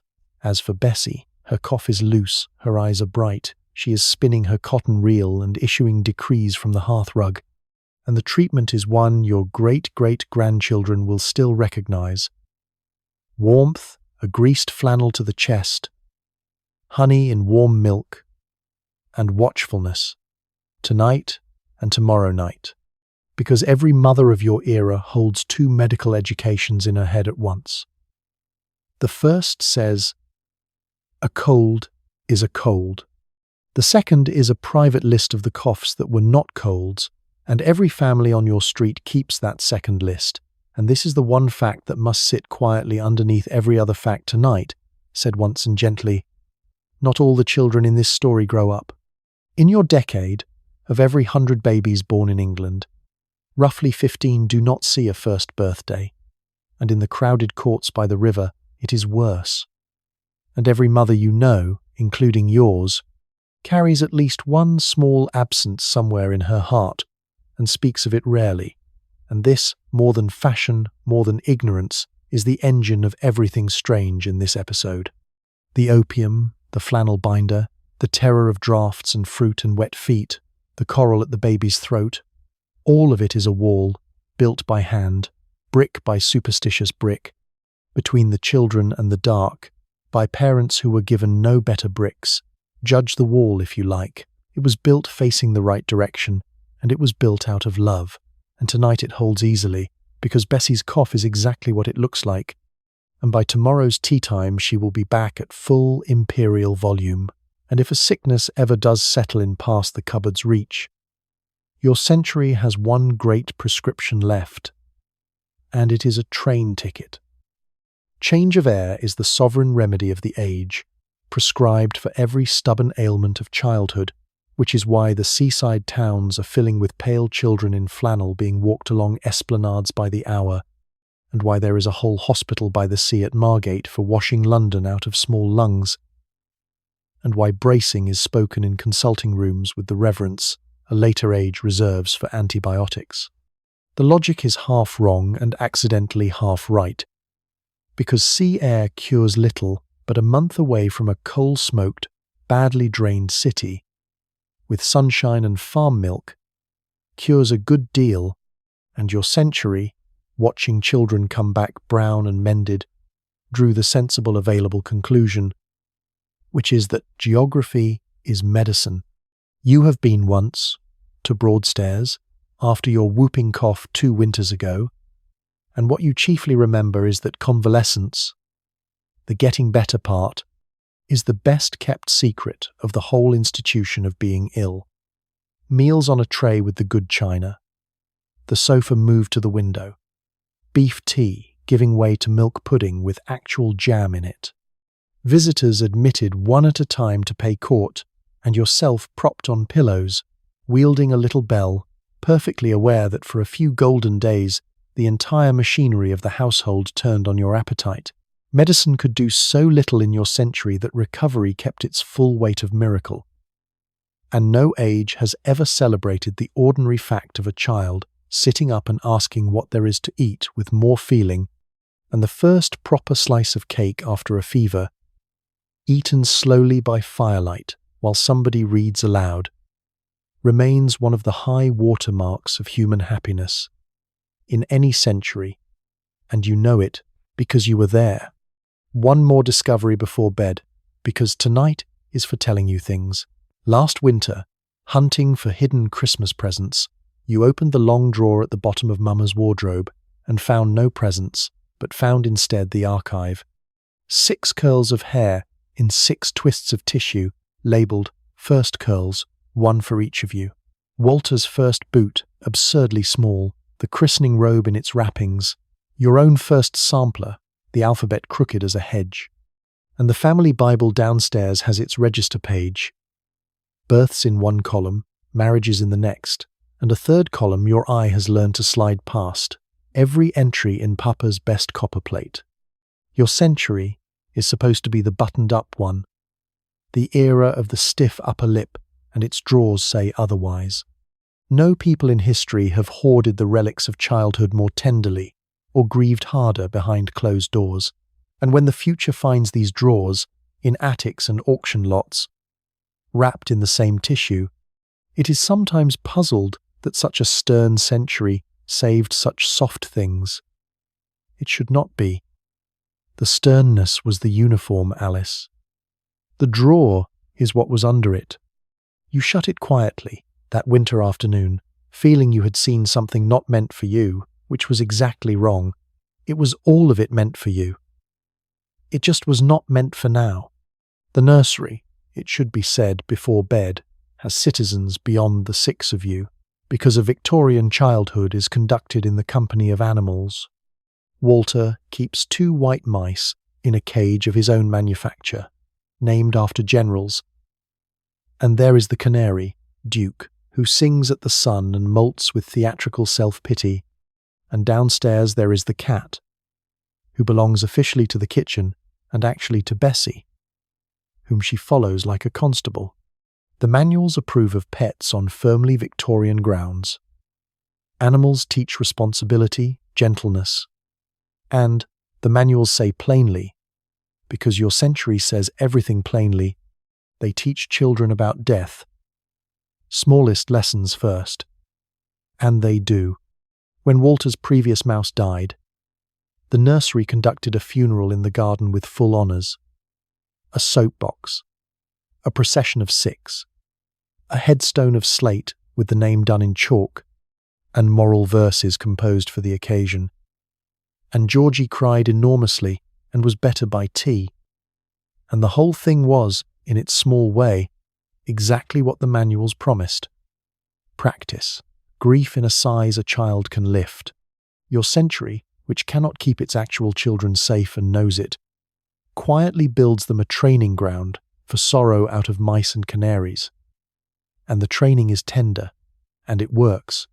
And if you ever wonder why Victorian children grew into adults who could sit with mourning better than almost any generation since, part of the answer is buried in a soapbox at the end of your garden, under a slate that says, in fading chalk, Wellington, a good mouse. And 4. Wednesday is bath night proper, but small people collect a Tuesday's worth of London all the same, so the evening ends with the hip bath before the nursery fire, filled by relay from the kitchen copper, Ellen and Jane swinging the cans up the stairs in a bucket chain while the fire builds, and the queue runs in order of size, which places you third, after the water has been used and before it has been used up. The soap is carbolic, which stings the eyes and smells like a hospital corridor, and is prized for exactly that reason, hygiene in your century being measured largely by discomfort, and hair is washed with rainwater from the butt, softer than the pipe water, with a vinegar rinse for shine that makes the whole nursery smell briefly like a chip supper. Ears are inspected by candlelight, with the thoroughness of a customs examination, necks likewise, and the full ceremony, copper to nightgown, consumes the better part of 2 hours of adult labour for 6 children, which is worth holding in mind whenever the future wonders why the Victorians bathed weekly. Not because they did not value being clean, but because being clean was a construction project. There is a legend in the future that whole Victorian families shared one tub until the water turned to soup. And like most legends, it is a caricature of something true. Every gallon of hot water in this house was carried up 3 flights by hand, mostly Ellen's, and hot water is therefore treasure, and nobody in any century wastes treasure. Bessie is scrubbed pink and lifted out steaming. Albert is sponged, anointed, and bound snugly into his binder. The long flannel band around his middle that every baby in England wears against colic, draughts, and general disorder, a garment nobody has ever tested, and nobody would dream of omitting. Nightgowns, hair brushed out, and the fire banked low behind the tall wire guard, which is bolted to the wall, and which deserves a respectful nod as it goes by.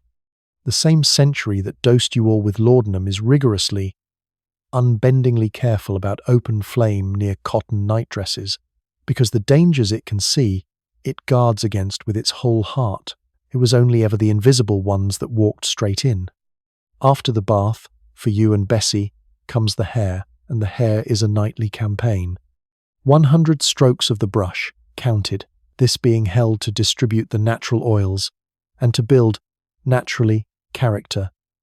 And then, because tomorrow is a visiting day, the curl papers, your hair wound in rags and twists of paper all over your head, to be slept on, knots and all, so that tomorrow you may have ringlets, and if you want to know what Victorian beauty standards feel like from the inside, they feel like sleeping on a bag of walnuts. Walter, whose entire grooming consists of a wet comb and providence, watches this operation nightly from his bed with the serene interest of a neutral power observing someone else's war, and has twice been hit with a hairbrush for commentary, and will be again. Then prayers, the 6 of you kneeling at the fender in a row, smallest to tallest like organ pipes, and you rattle through the verse every English child learns almost before speech, "Now I lay me down to sleep," and on through the line about "If I should die before I wake," at a brisk trot, with the cheerful indifference of long habit, because you have never once heard what it says. Your century does not consider the verse morbid, it considers it prepared. Childhood and eternity are close neighbours here, and the prayer is simply good manners toward the fact, and it will go on being murmured at English fenders long after the fact has mercifully moved house. The last hazard of the day is the oldest one in the world, and tonight her name is Ellen. Georgie has lately taken to getting out of bed, and Ellen has ended the campaign the way nursemaids have ended it since nursemaids began, by informing him that a certain personage attends to little boys found on the landing after dark. She has not been specific. She has not needed to be. Georgie now stays in bed with the covers to his chin, sleeping the sleep of the successfully governed, and every manual on Mama's shelf condemns this practice in the strongest terms, warning that nurses who rule by terror plant fears that last a lifetime, and every manual on Mama's shelf has never had sole charge of 4 children at 7 in the evening. You, at 8, are officially past believing in the personage, and have proved it by checking the landing yourself, twice, holding Walter's hand, purely so that he would not be frightened. And the personage is only the sharpest instrument in a whole folk orchestra, because your world is upholstered in small magic, and most of it arrives through Ellen, who is 16 and from a village and holds her beliefs the way she holds the coal scuttle, firmly and without discussion. 1 magpie is sorrow, and 2 are joy, and Ellen has been known to stand at the nursery window saluting a solitary magpie to take the curse off. Salt spilled at the nursery table goes over the left shoulder at once, no matter whose porridge it lands in. The new moon must not be first seen through glass. Shoes must never rest on a table. And on the first morning of each month, the first word spoken must be rabbits, a precaution the entire nursery observes, and nobody can explain, which is the defining feature of the whole system. The manuals disapprove of every bit of this, warning that servants stuff children's heads with superstition and fright. And the manuals are, as usual, correct and entirely helpless, because the manuals are downstairs on a shelf, and Ellen is up here with the candle. And the honest ledger of it, Alice, is this. The same Ellen who invented the personage on the landing is also the person who sat up 3 whole nights with you through the whooping cough, singing the songs from her village in a voice worn soft. And if the price of the second thing is the first thing, every child in England has done the sum, and paid it gladly. The rushlight burns in its pierced tin by the door, throwing its little constellation of holes across the ceiling, and Georgie watches the stars until they blur. And so, most nights, do you. And then, last of all, comes the sound you would not trade for anything in this episode, the one that has not changed in any century, and never will. The stairs, and the candle, and your mama making the last round of the house. You are supposed to be asleep. You are an accomplished counterfeit. Through your lashes you watch the wavering light arrive in the doorway and cross the room, and you feel her stop at each bed in turn. Bessie flung out in surrender. Georgie rigid in his defended blankets. You breathing with suspicious evenness. And then the crib, where she stands longest, the way they always stand longest at the youngest, waiting, in the small light, to see the blanket rise. It rises, it always has. She eases the soldier out of Walter's fist and stands it on the nightstand, sentry duty, pulls your window shut against all medical advice, and goes down to Papa and the drawing-room fire, and that, Alice, is the whole day. 6 children, all present, all breathing, all hers, whatever the law prefers to say about whose. In any century, there is no richer audit. So let us count up your ordinary Tuesday, now that you are nearly asleep and cannot object. Today your baby brother slept 10 hours on a spoonful of opium, fed himself from a bottle the doctors call a murder weapon, and had his gums opened with a pocket knife on the best medical advice in London. Your 6-year-old brother bought laudanum over the counter, legally, with pennies, and shared out the licorice. You spent an hour strapped to a board for the good of your spine, in a room papered with arsenic, and your 10-year-old brother wandered a Victorian city alone past a 9-year-old at work in the road, while a boy of 10 cleaned your chimney from the inside, twice over and quite legally. And the law of England spent the entire day regarding all 6 of you as the property of one kindly clerk, and nothing happened. Nobody was cruel, nobody was careless, and not one grown-up in your world put a foot outside the printed, recommended, respectable, ordinary. That is the whole point of tonight. Delivered at last. It was never the villains who made the old world dangerous for children. It was the ordinary, doing its confident best. And what stands between your Tuesday and the Tuesdays of the children watching over you tonight is not that parents learn to love. Parents always loved. It is that the world around the parents was slowly, grudgingly made to help. Watch it come from where you lie. In 2 years, the act that starts building a school for every child in England. In 4, the first feeble law asking the baby minders to put their names on a register. In 7, the license that ends the climbing boys bought at the price of George Brewster. In 12, the rule that every child must actually be in a classroom. And in 21 years, when you are a married woman of 29, the quietest law with the longest shadow. The first act in English history against cruelty to a child by its own parents, the one they will call the Children's Charter, driven through by a society for the prevention of cruelty to children that was itself only founded in the 1880s, 65 years after the equivalent Society for Animals. 65 years, Alice. England had inspectors for the welfare of donkeys, while the nursery was still, in law, a locked room. Not because Englishmen loved donkeys more, but because the home was held so sacred that the law waited at its threshold like a caller without a card, and it took the whole of your century to teach it to knock.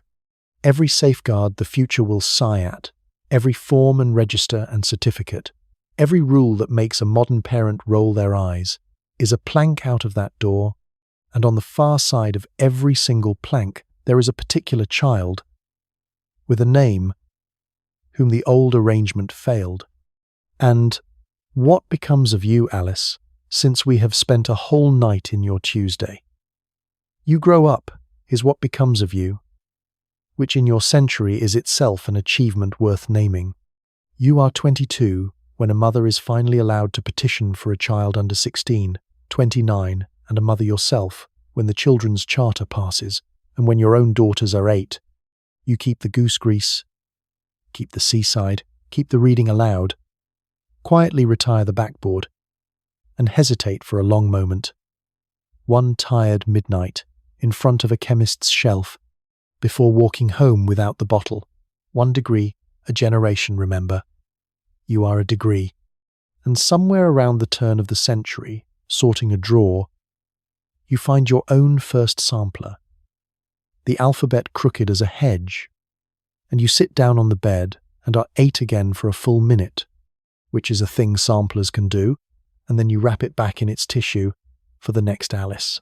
And so, the honours, and tonight the list is long, to your mama, and every mother who built the wall by hand with the bricks she was given, and to your papa, and every father better than the law that flattered him, to Ellen, 16, running a 6-child nation on £12 a year and a bottomless nerve, to grandmama, wrong about the cold baths, right that children are sturdier than our fears, to Dr. Harding, doing his confident best, a full generation before medicine earned the confidence, to Tom at the mill, half-time, aged 8, and to the boy at the crossing whose name nobody thought to ask, and to Dan, licking the jam from his thumb in your kitchen, 7 years from freedom, and to George Brewster, whose short life closed a 400-year door behind him, and whose name deserves saying in warm rooms at bedtime, which is what we are doing.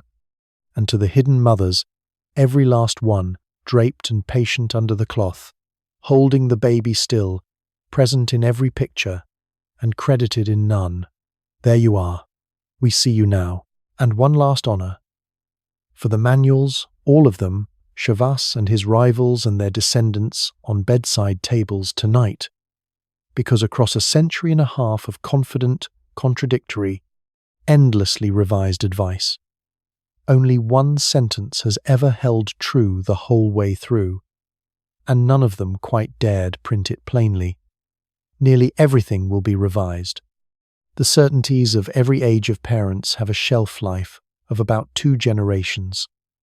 The love has never once been recalled.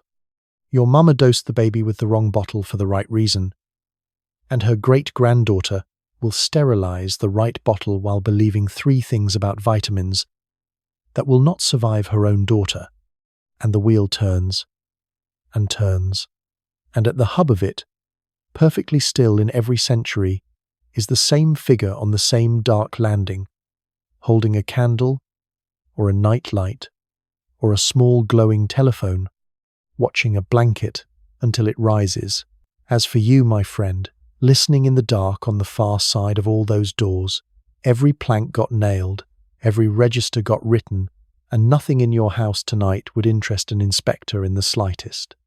There is no laudanum on your mantle, no arsenic in your walls, no lancet in anyone's bag, and nobody is coming to strap you to a board at dawn.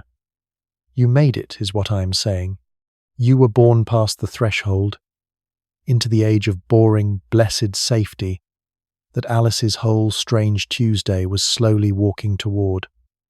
And the luxury you are lying in right now, the one her mother could not have bought with money, is that nothing whatsoever is going to happen tonight.